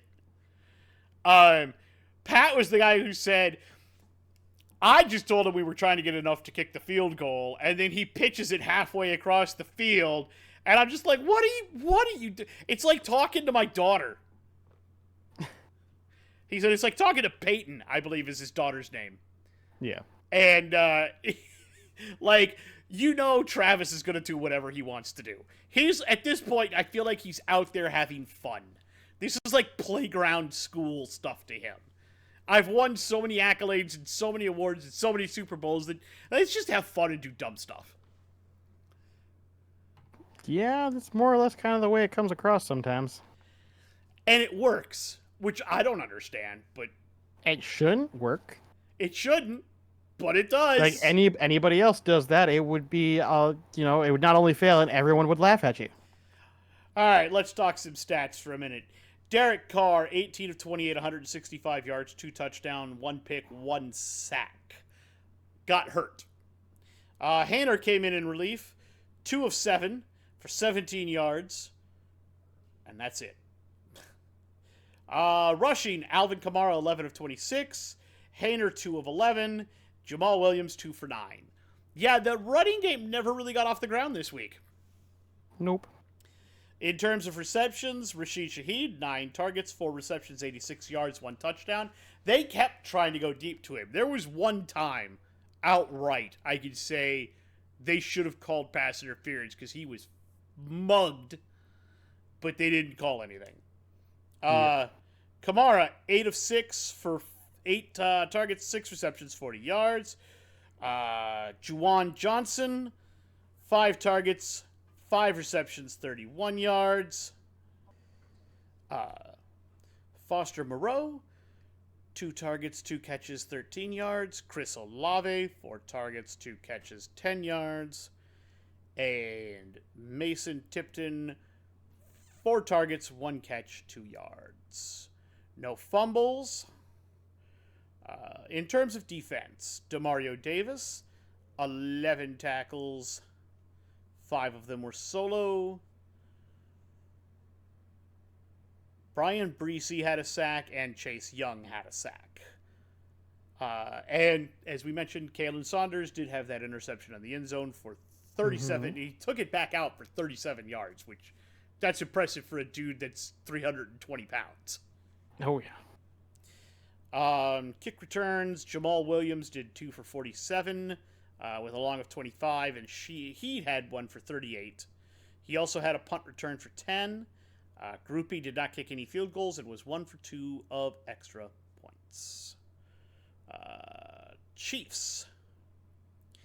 Mahomes, 28 of 39, 331 yards, 1 interception, no touchdowns. Which is kind of odd. It is a little odd, ain't it? Kareem Hunt, though, 27 carries, 102 yards, and a touchdown. You know what? Nice to see him looking like the old Kareem Hunt again. Every once in a while, he's got a couple of those games, yeah. No, he had one last week, too, where he was really good. That's what I'm saying. And he's kind of looking okay. I think ever since he's gotten back to the Chiefs, he looks kind of like an older Kareem Hunt again. I don't know how long that'll hold for, but we'll see. We'll see. Pat Mahomes, 6 carries, 22 yards. Carson Steele, 5 for 12. And Xavier Worthy, 1 for 3 and a touchdown. Also, TikTok Juju Smith-Schuster, 7 receptions for 130 yards. Kind of funny you don't really see him really doing the TikToks much anymore, huh? No, and now he's out there catching balls again. Interesting how that works. Interesting. Travis Kelce, 9 receptions for 70 yards. Mecole Hardman, 4 for 33. Noah Gray, 2 for 29. Worthy, 3 for 25. Perrine, 1 for 24. Hunt, 1 for 15. And Fortson, 1 for 5. Fumbles. Carson Steele did fumble, but it was recovered by Xavier Worthy. Defensively, Nick Bolton had 11 total tackles. 6 of them were solo. Jalen Watson, 5 for 5. Sacks. Treshaun Wharton had a sack. And that was it. But Chris Jones was causing all kinds of problems in their backfield all night long.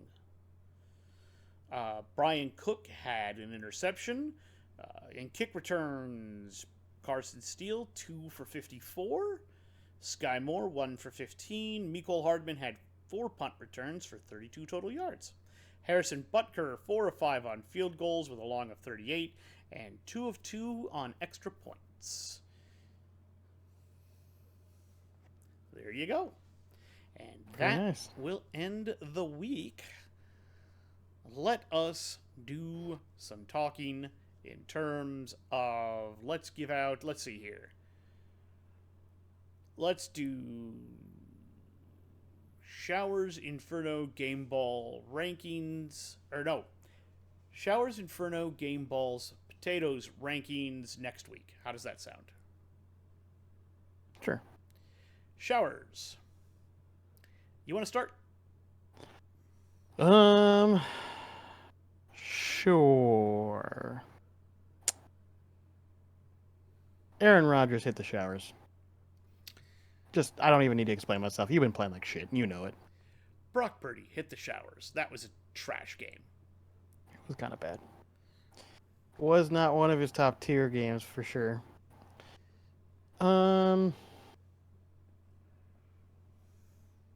Let's see here.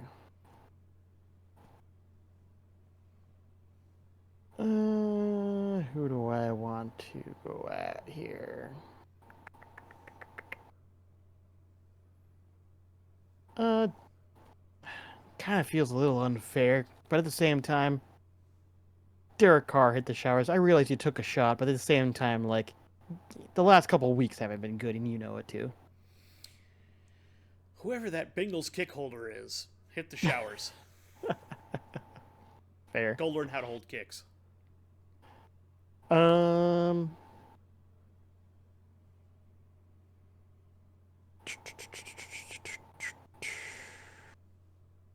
Bengals defense. All of you need to go take a shower. The Raiders quarterback room. Both of you, go hit the showers. Fair enough. All right, some Inferno. I'll start. And I'll start with the one that's in the lowest of my circles. Keep. Sean McDermott. Welcome to the fifth circle. Your seat's heating up, and you know it. Fair enough. I'll do the same thing. Zach Taylor. Third circle. You're only warm because this is a really bad start. You won't get fired, only because the owner quite literally cannot afford that. If anyone doesn't know, the owner of the Bengals is I'm pretty sure the only NFL owner in the league that is not a billionaire. Deshaun Watson. You know what you did. Ninth circle. Okay. I was going to say, I had him in there last week. That's the whole reason I didn't have him in here this week. Doug Peterson. Fifth circle. If you can't turn this around fast, that seat's going to get really hot really fast. Andrew Berry. Browns GM, who orchestrated the Watson trade and is still the Browns GM. You are in the 10th circle for an abysmal trade, and That was a now bad trade. refusing to allow Stefanski to replace your mistake. Allegedly. I don't care. I'm Allegedly. blaming him anyway. Fair enough. Woody Johnson, sixth circle. Dysfunctional teams make dysfunctional decisions. I actually have a potato about that. Game balls. Ready? Yeah. Do you want me to go first? Or Yeah, you go you can first. start. Van Ginkel. You deserve it, man. He's on Get my a game list. ball. Kirk Cousins. 500 yards? That's fair. That's a game ball. That's fair. He played really out of his damn mind, to be honest with you.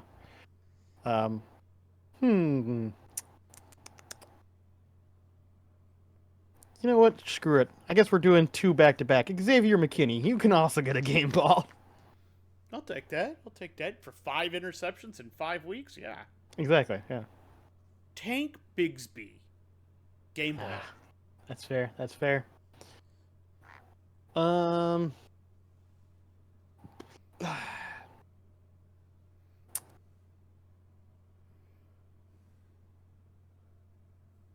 gonna go with... Ooh, who do I want to go with my last one here? I got options. You know what? I'm gonna do it. Darius Slayton. Game ball. That's good. That's good. I'll take that. Who do I want to give my last one to? Because I got two here, and it's just a matter of which one do I think deserves the game. You know what? Lamar Jackson. Game ball. He did have a pretty good game, even though it was kind of ugly at moments. He did have a Yeah, I almost gave it to Caleb, but I thought Caleb's game was because he played the Panthers. good... I was going to say, it's so hard not to be like... I still want to give him a game ball, but I can't, so I'll give him an honorable mention. It's so hard with that asterisk in there. It really is. Yeah. Alrighty, potatoes. I'll start because I have a... I need to think of some anyway, so yeah, it's fine. I have a very, very mild one to start with, and we'll ramp up from there. All right. So mild. Maybe, just maybe, the Jets, the Panthers, the Cowboys, and all the teams like that all share a very similar problem. Really shitty ownership.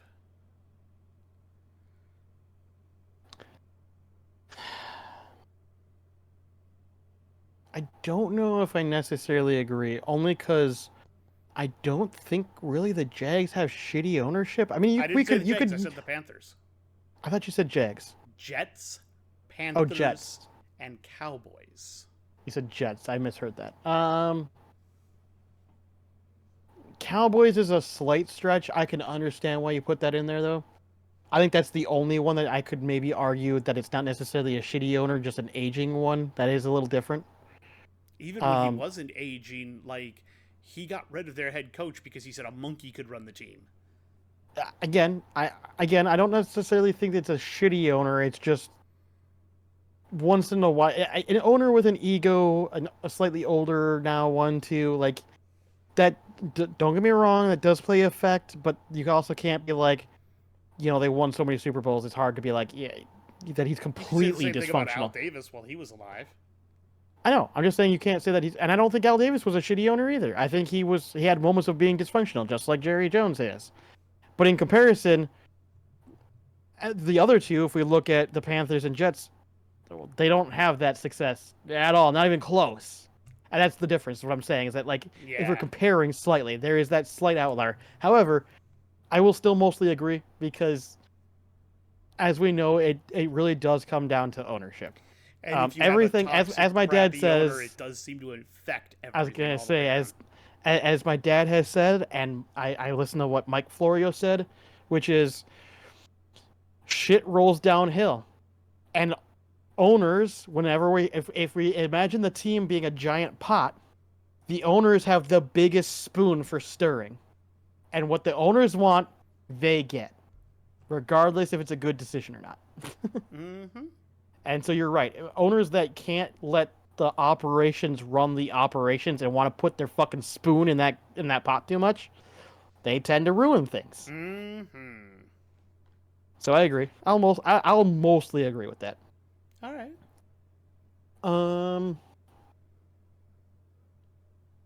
Yeah, shit. It's the only one that's coming to mind, and it's like an easy lob up just for the funsies of it. Maybe, just maybe, the Vikings will win the NFC North. Oh, yeah, I'm eating that. I don't think there's anybody in the North that's going to contend with them outside of the Lions. I was going to say outside the Lions, and if we beat the Lions in week 6... Yeah. Week 7, sorry. Week 7, yeah. It's... yeah. I think at that point it'll put the cap on that. Maybe. Just maybe. There's something seriously wrong in Frisco, and the 49ers will not make the playoffs this year. It's possible. I don't know if I want to necessarily go all in on that, but there's definitely something that feels a little weird for a Shanahan system to all of a sudden not really be working all of a sudden. Granted, we know they've been dealing with some injuries. We know they're dealing with some problems. But there seems to be some other weird things going on. I don't know. I don't know if I buy into the fact they'll miss playoffs yet, though. Like, I think that's still a little early to say, but it is not looking great. I'll say that.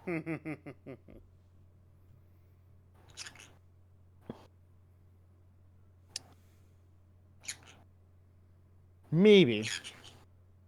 Just maybe. our original take on Rodgers was actually correct. He's washed. Yeah, probably. I Because think remember after that week 3, we backtracked on it because he had a really good week 3, but then again, it went right back down in the shitter. I think the Achilles injury affected him more than he wants to admit. I think Yeah.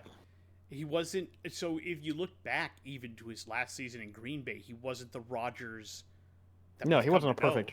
No, yeah. So, like I don't know what we expected out of him, but I think he's gone from being a top tier quarterback to being a mid tier quarterback.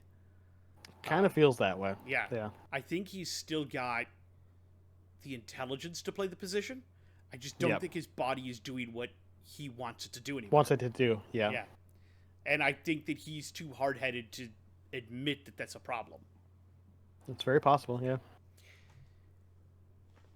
This is the spicy one. And I don't know if you're going to agree to this, but you have to admit if it happened, it would be amazing.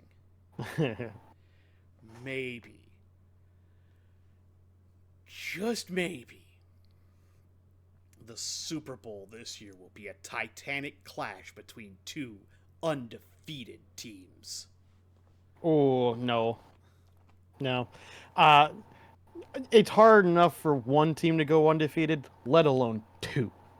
I would be shocked because you're basically saying for that to happen, it's going to be the Vikings versus the Chiefs, and neither one of them are going to lose a game.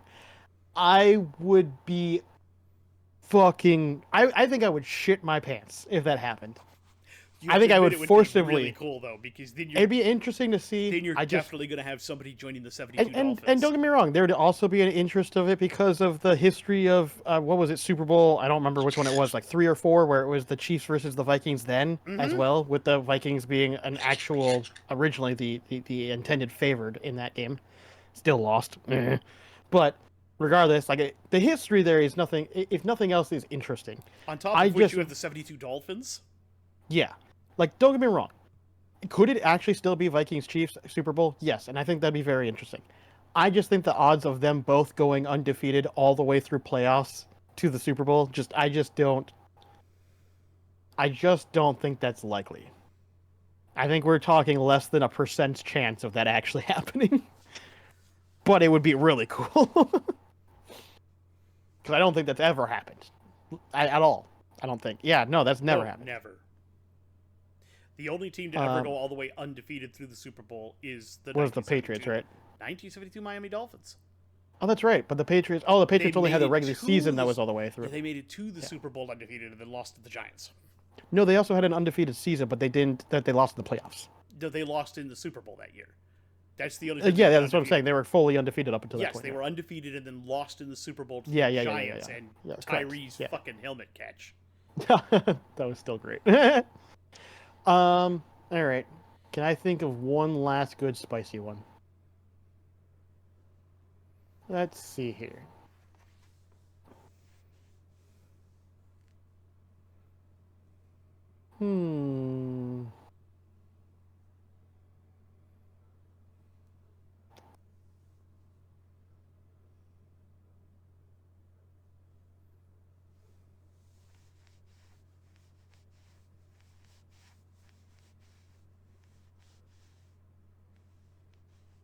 Got a couple rummaging around, but I don't think they're spicy enough.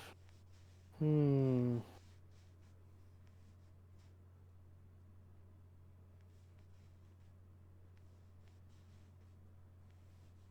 know, I'll do it just for the funsies of it. It's not really spicy. It's just fun. But, yeah, it's just fun. Maybe. Just maybe.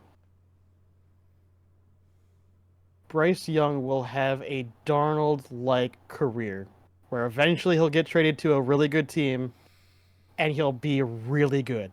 Yeah, that's possible. Again, it's all. So we've been seeing that as more and more, like as a thing. Yeah, I think it's all about systems and working within a QB and having the right team. I mean, you just think about it now. Darnold actually has one of the best receiver in football to throw to. Yes. He's about to have a major tight end back. He's got a really good Great, young a great receiver. second wide receiver. Yeah, I mean, in Addison. You've got Aaron Jones, to help running the running back room. definitely a stud at running back. Yeah. Yeah, and you've got, a decent offensive line. Your actual defense is fucking amazing. Yeah, Mm-hmm. it's all about being in the right place. So the defense doing what they do generally gives him pretty short fields to work with, Exactly. which I think is super helpful to him. And having a Oh, yeah. running back that can take some of the pressure off, and then having receivers that are just dynamite.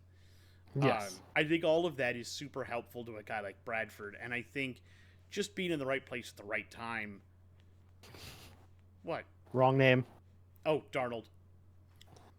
Been a long time since we had a Bradford. We did have a Bradford, though. We did have one though. Anyway, but yes, I will eat that. I think that's entirely possible. 100%. I think Mac Jones could be thrown in there as well. It's possible. I mean, honestly, as weird as it sounds, if Jacksonville continues to have issues with T-Law, maybe it's time to throw another hand in there and see what happens. Yeah. Yeah. Maybe the Browns should give him a call. Or the They Raiders. should actually. Or the Raiders. They probably should. Yeah, either one of them. To be honest with All you. right. Power rankings. You want to start? Me or you? You can I'll start. go first. Yeah. At number 10, I have a team on my list for the first time in a very long time. Actually, I don't even think they've been on my power rankings. Aw, you bastard bird. You shat on me. I don't think I've had them on my rankings at all since we've started this podcast. Chicago Bears. You finally made my list barely at number 10. I get it. You beat the Panthers, but, That's why there's a lot of other teams they're high. there's a lot of other teams I could have put on this list, admittedly.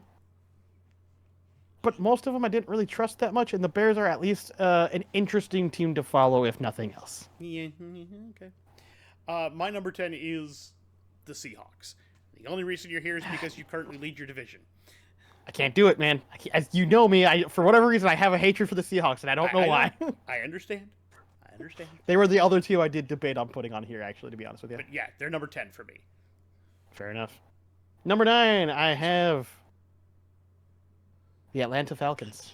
That was a great, fantastic game. If you have even a semblance of that every week going forward, you guys could potentially be really dangerous. Fair. At number 9, I have the Broncos. I didn't have them on my list this time won around. currently 3 in a row.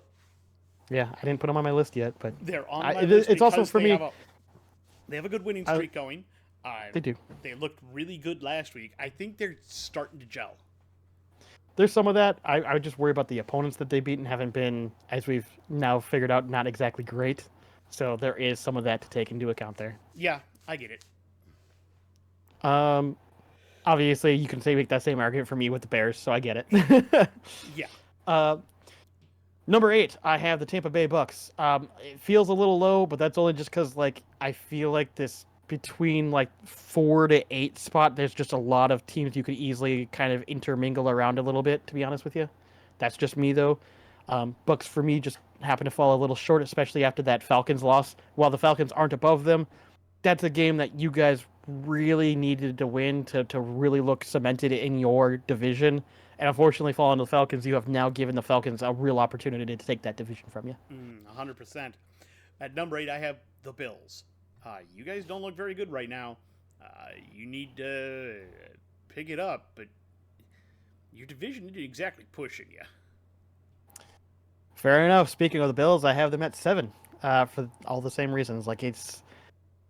You have moments. You came out of the gate of the season looking great, and the last couple weeks have been not that. So I have concerns. At number 7, I have the Falcons. Again, for all the aforementioned reasons, they're looking great. They've got a passing game that's going. They need to figure out that running game. But you know what? Bully on them. Fair enough.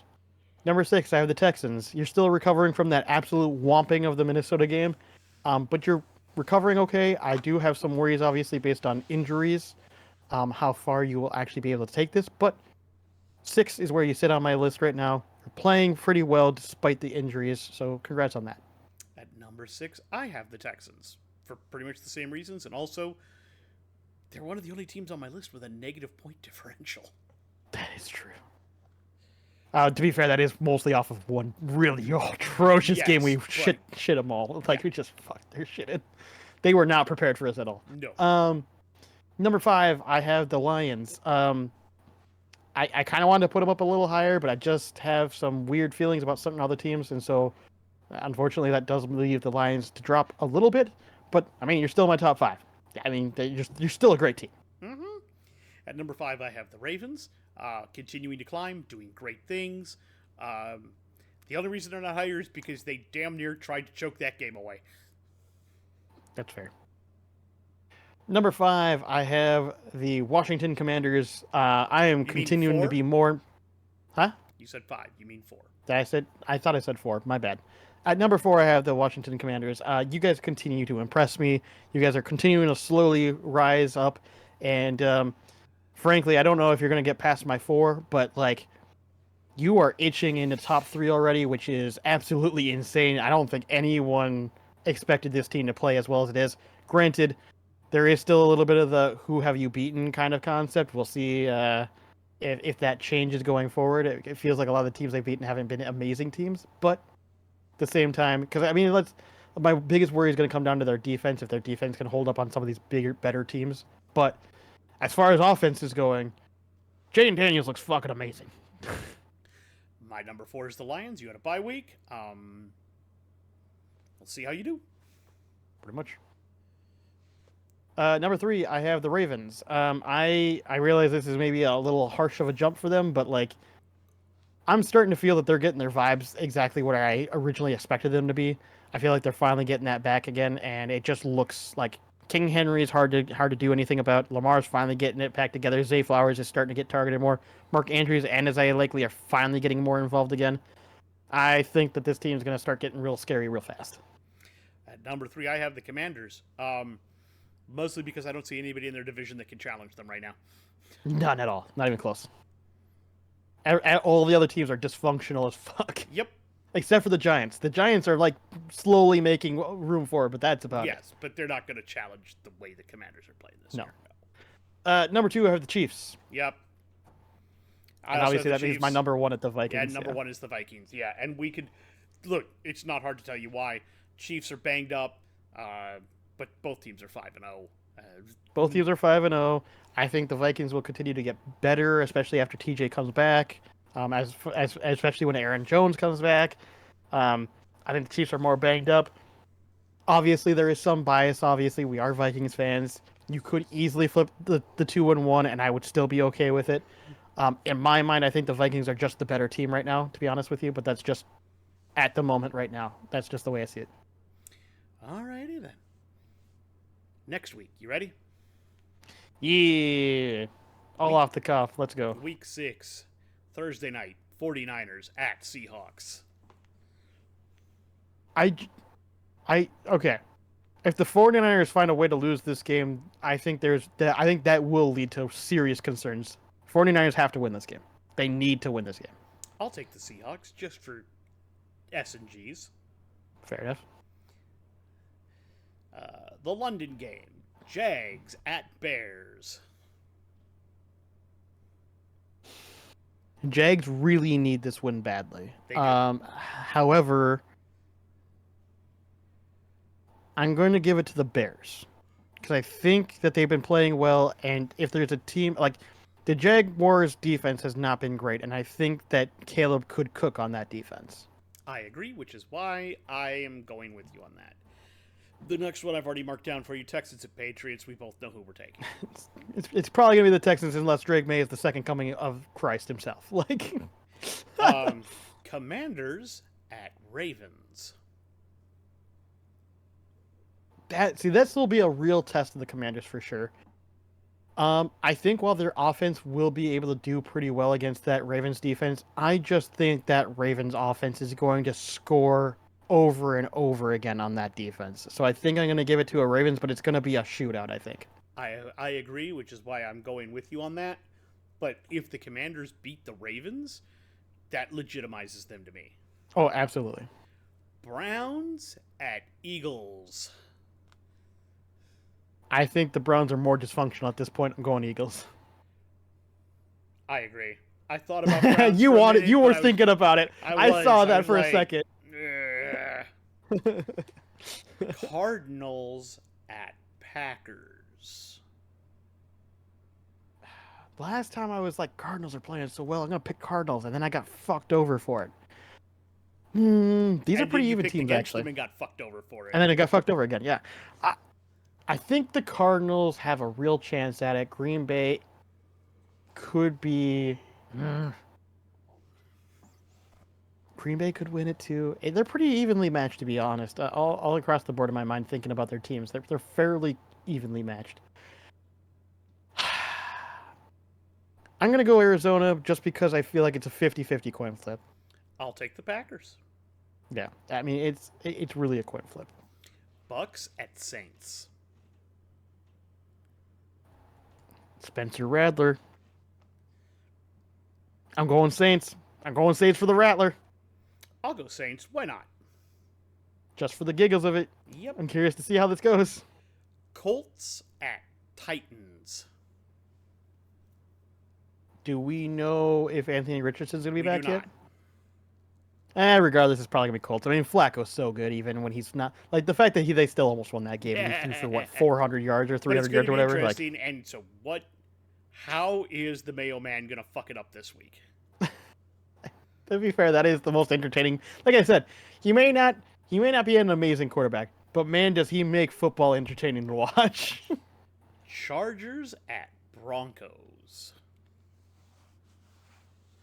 Before last week, I probably would have said Chargers because I just like their team on paper.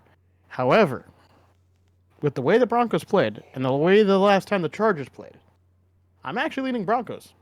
I'll take the Chargers.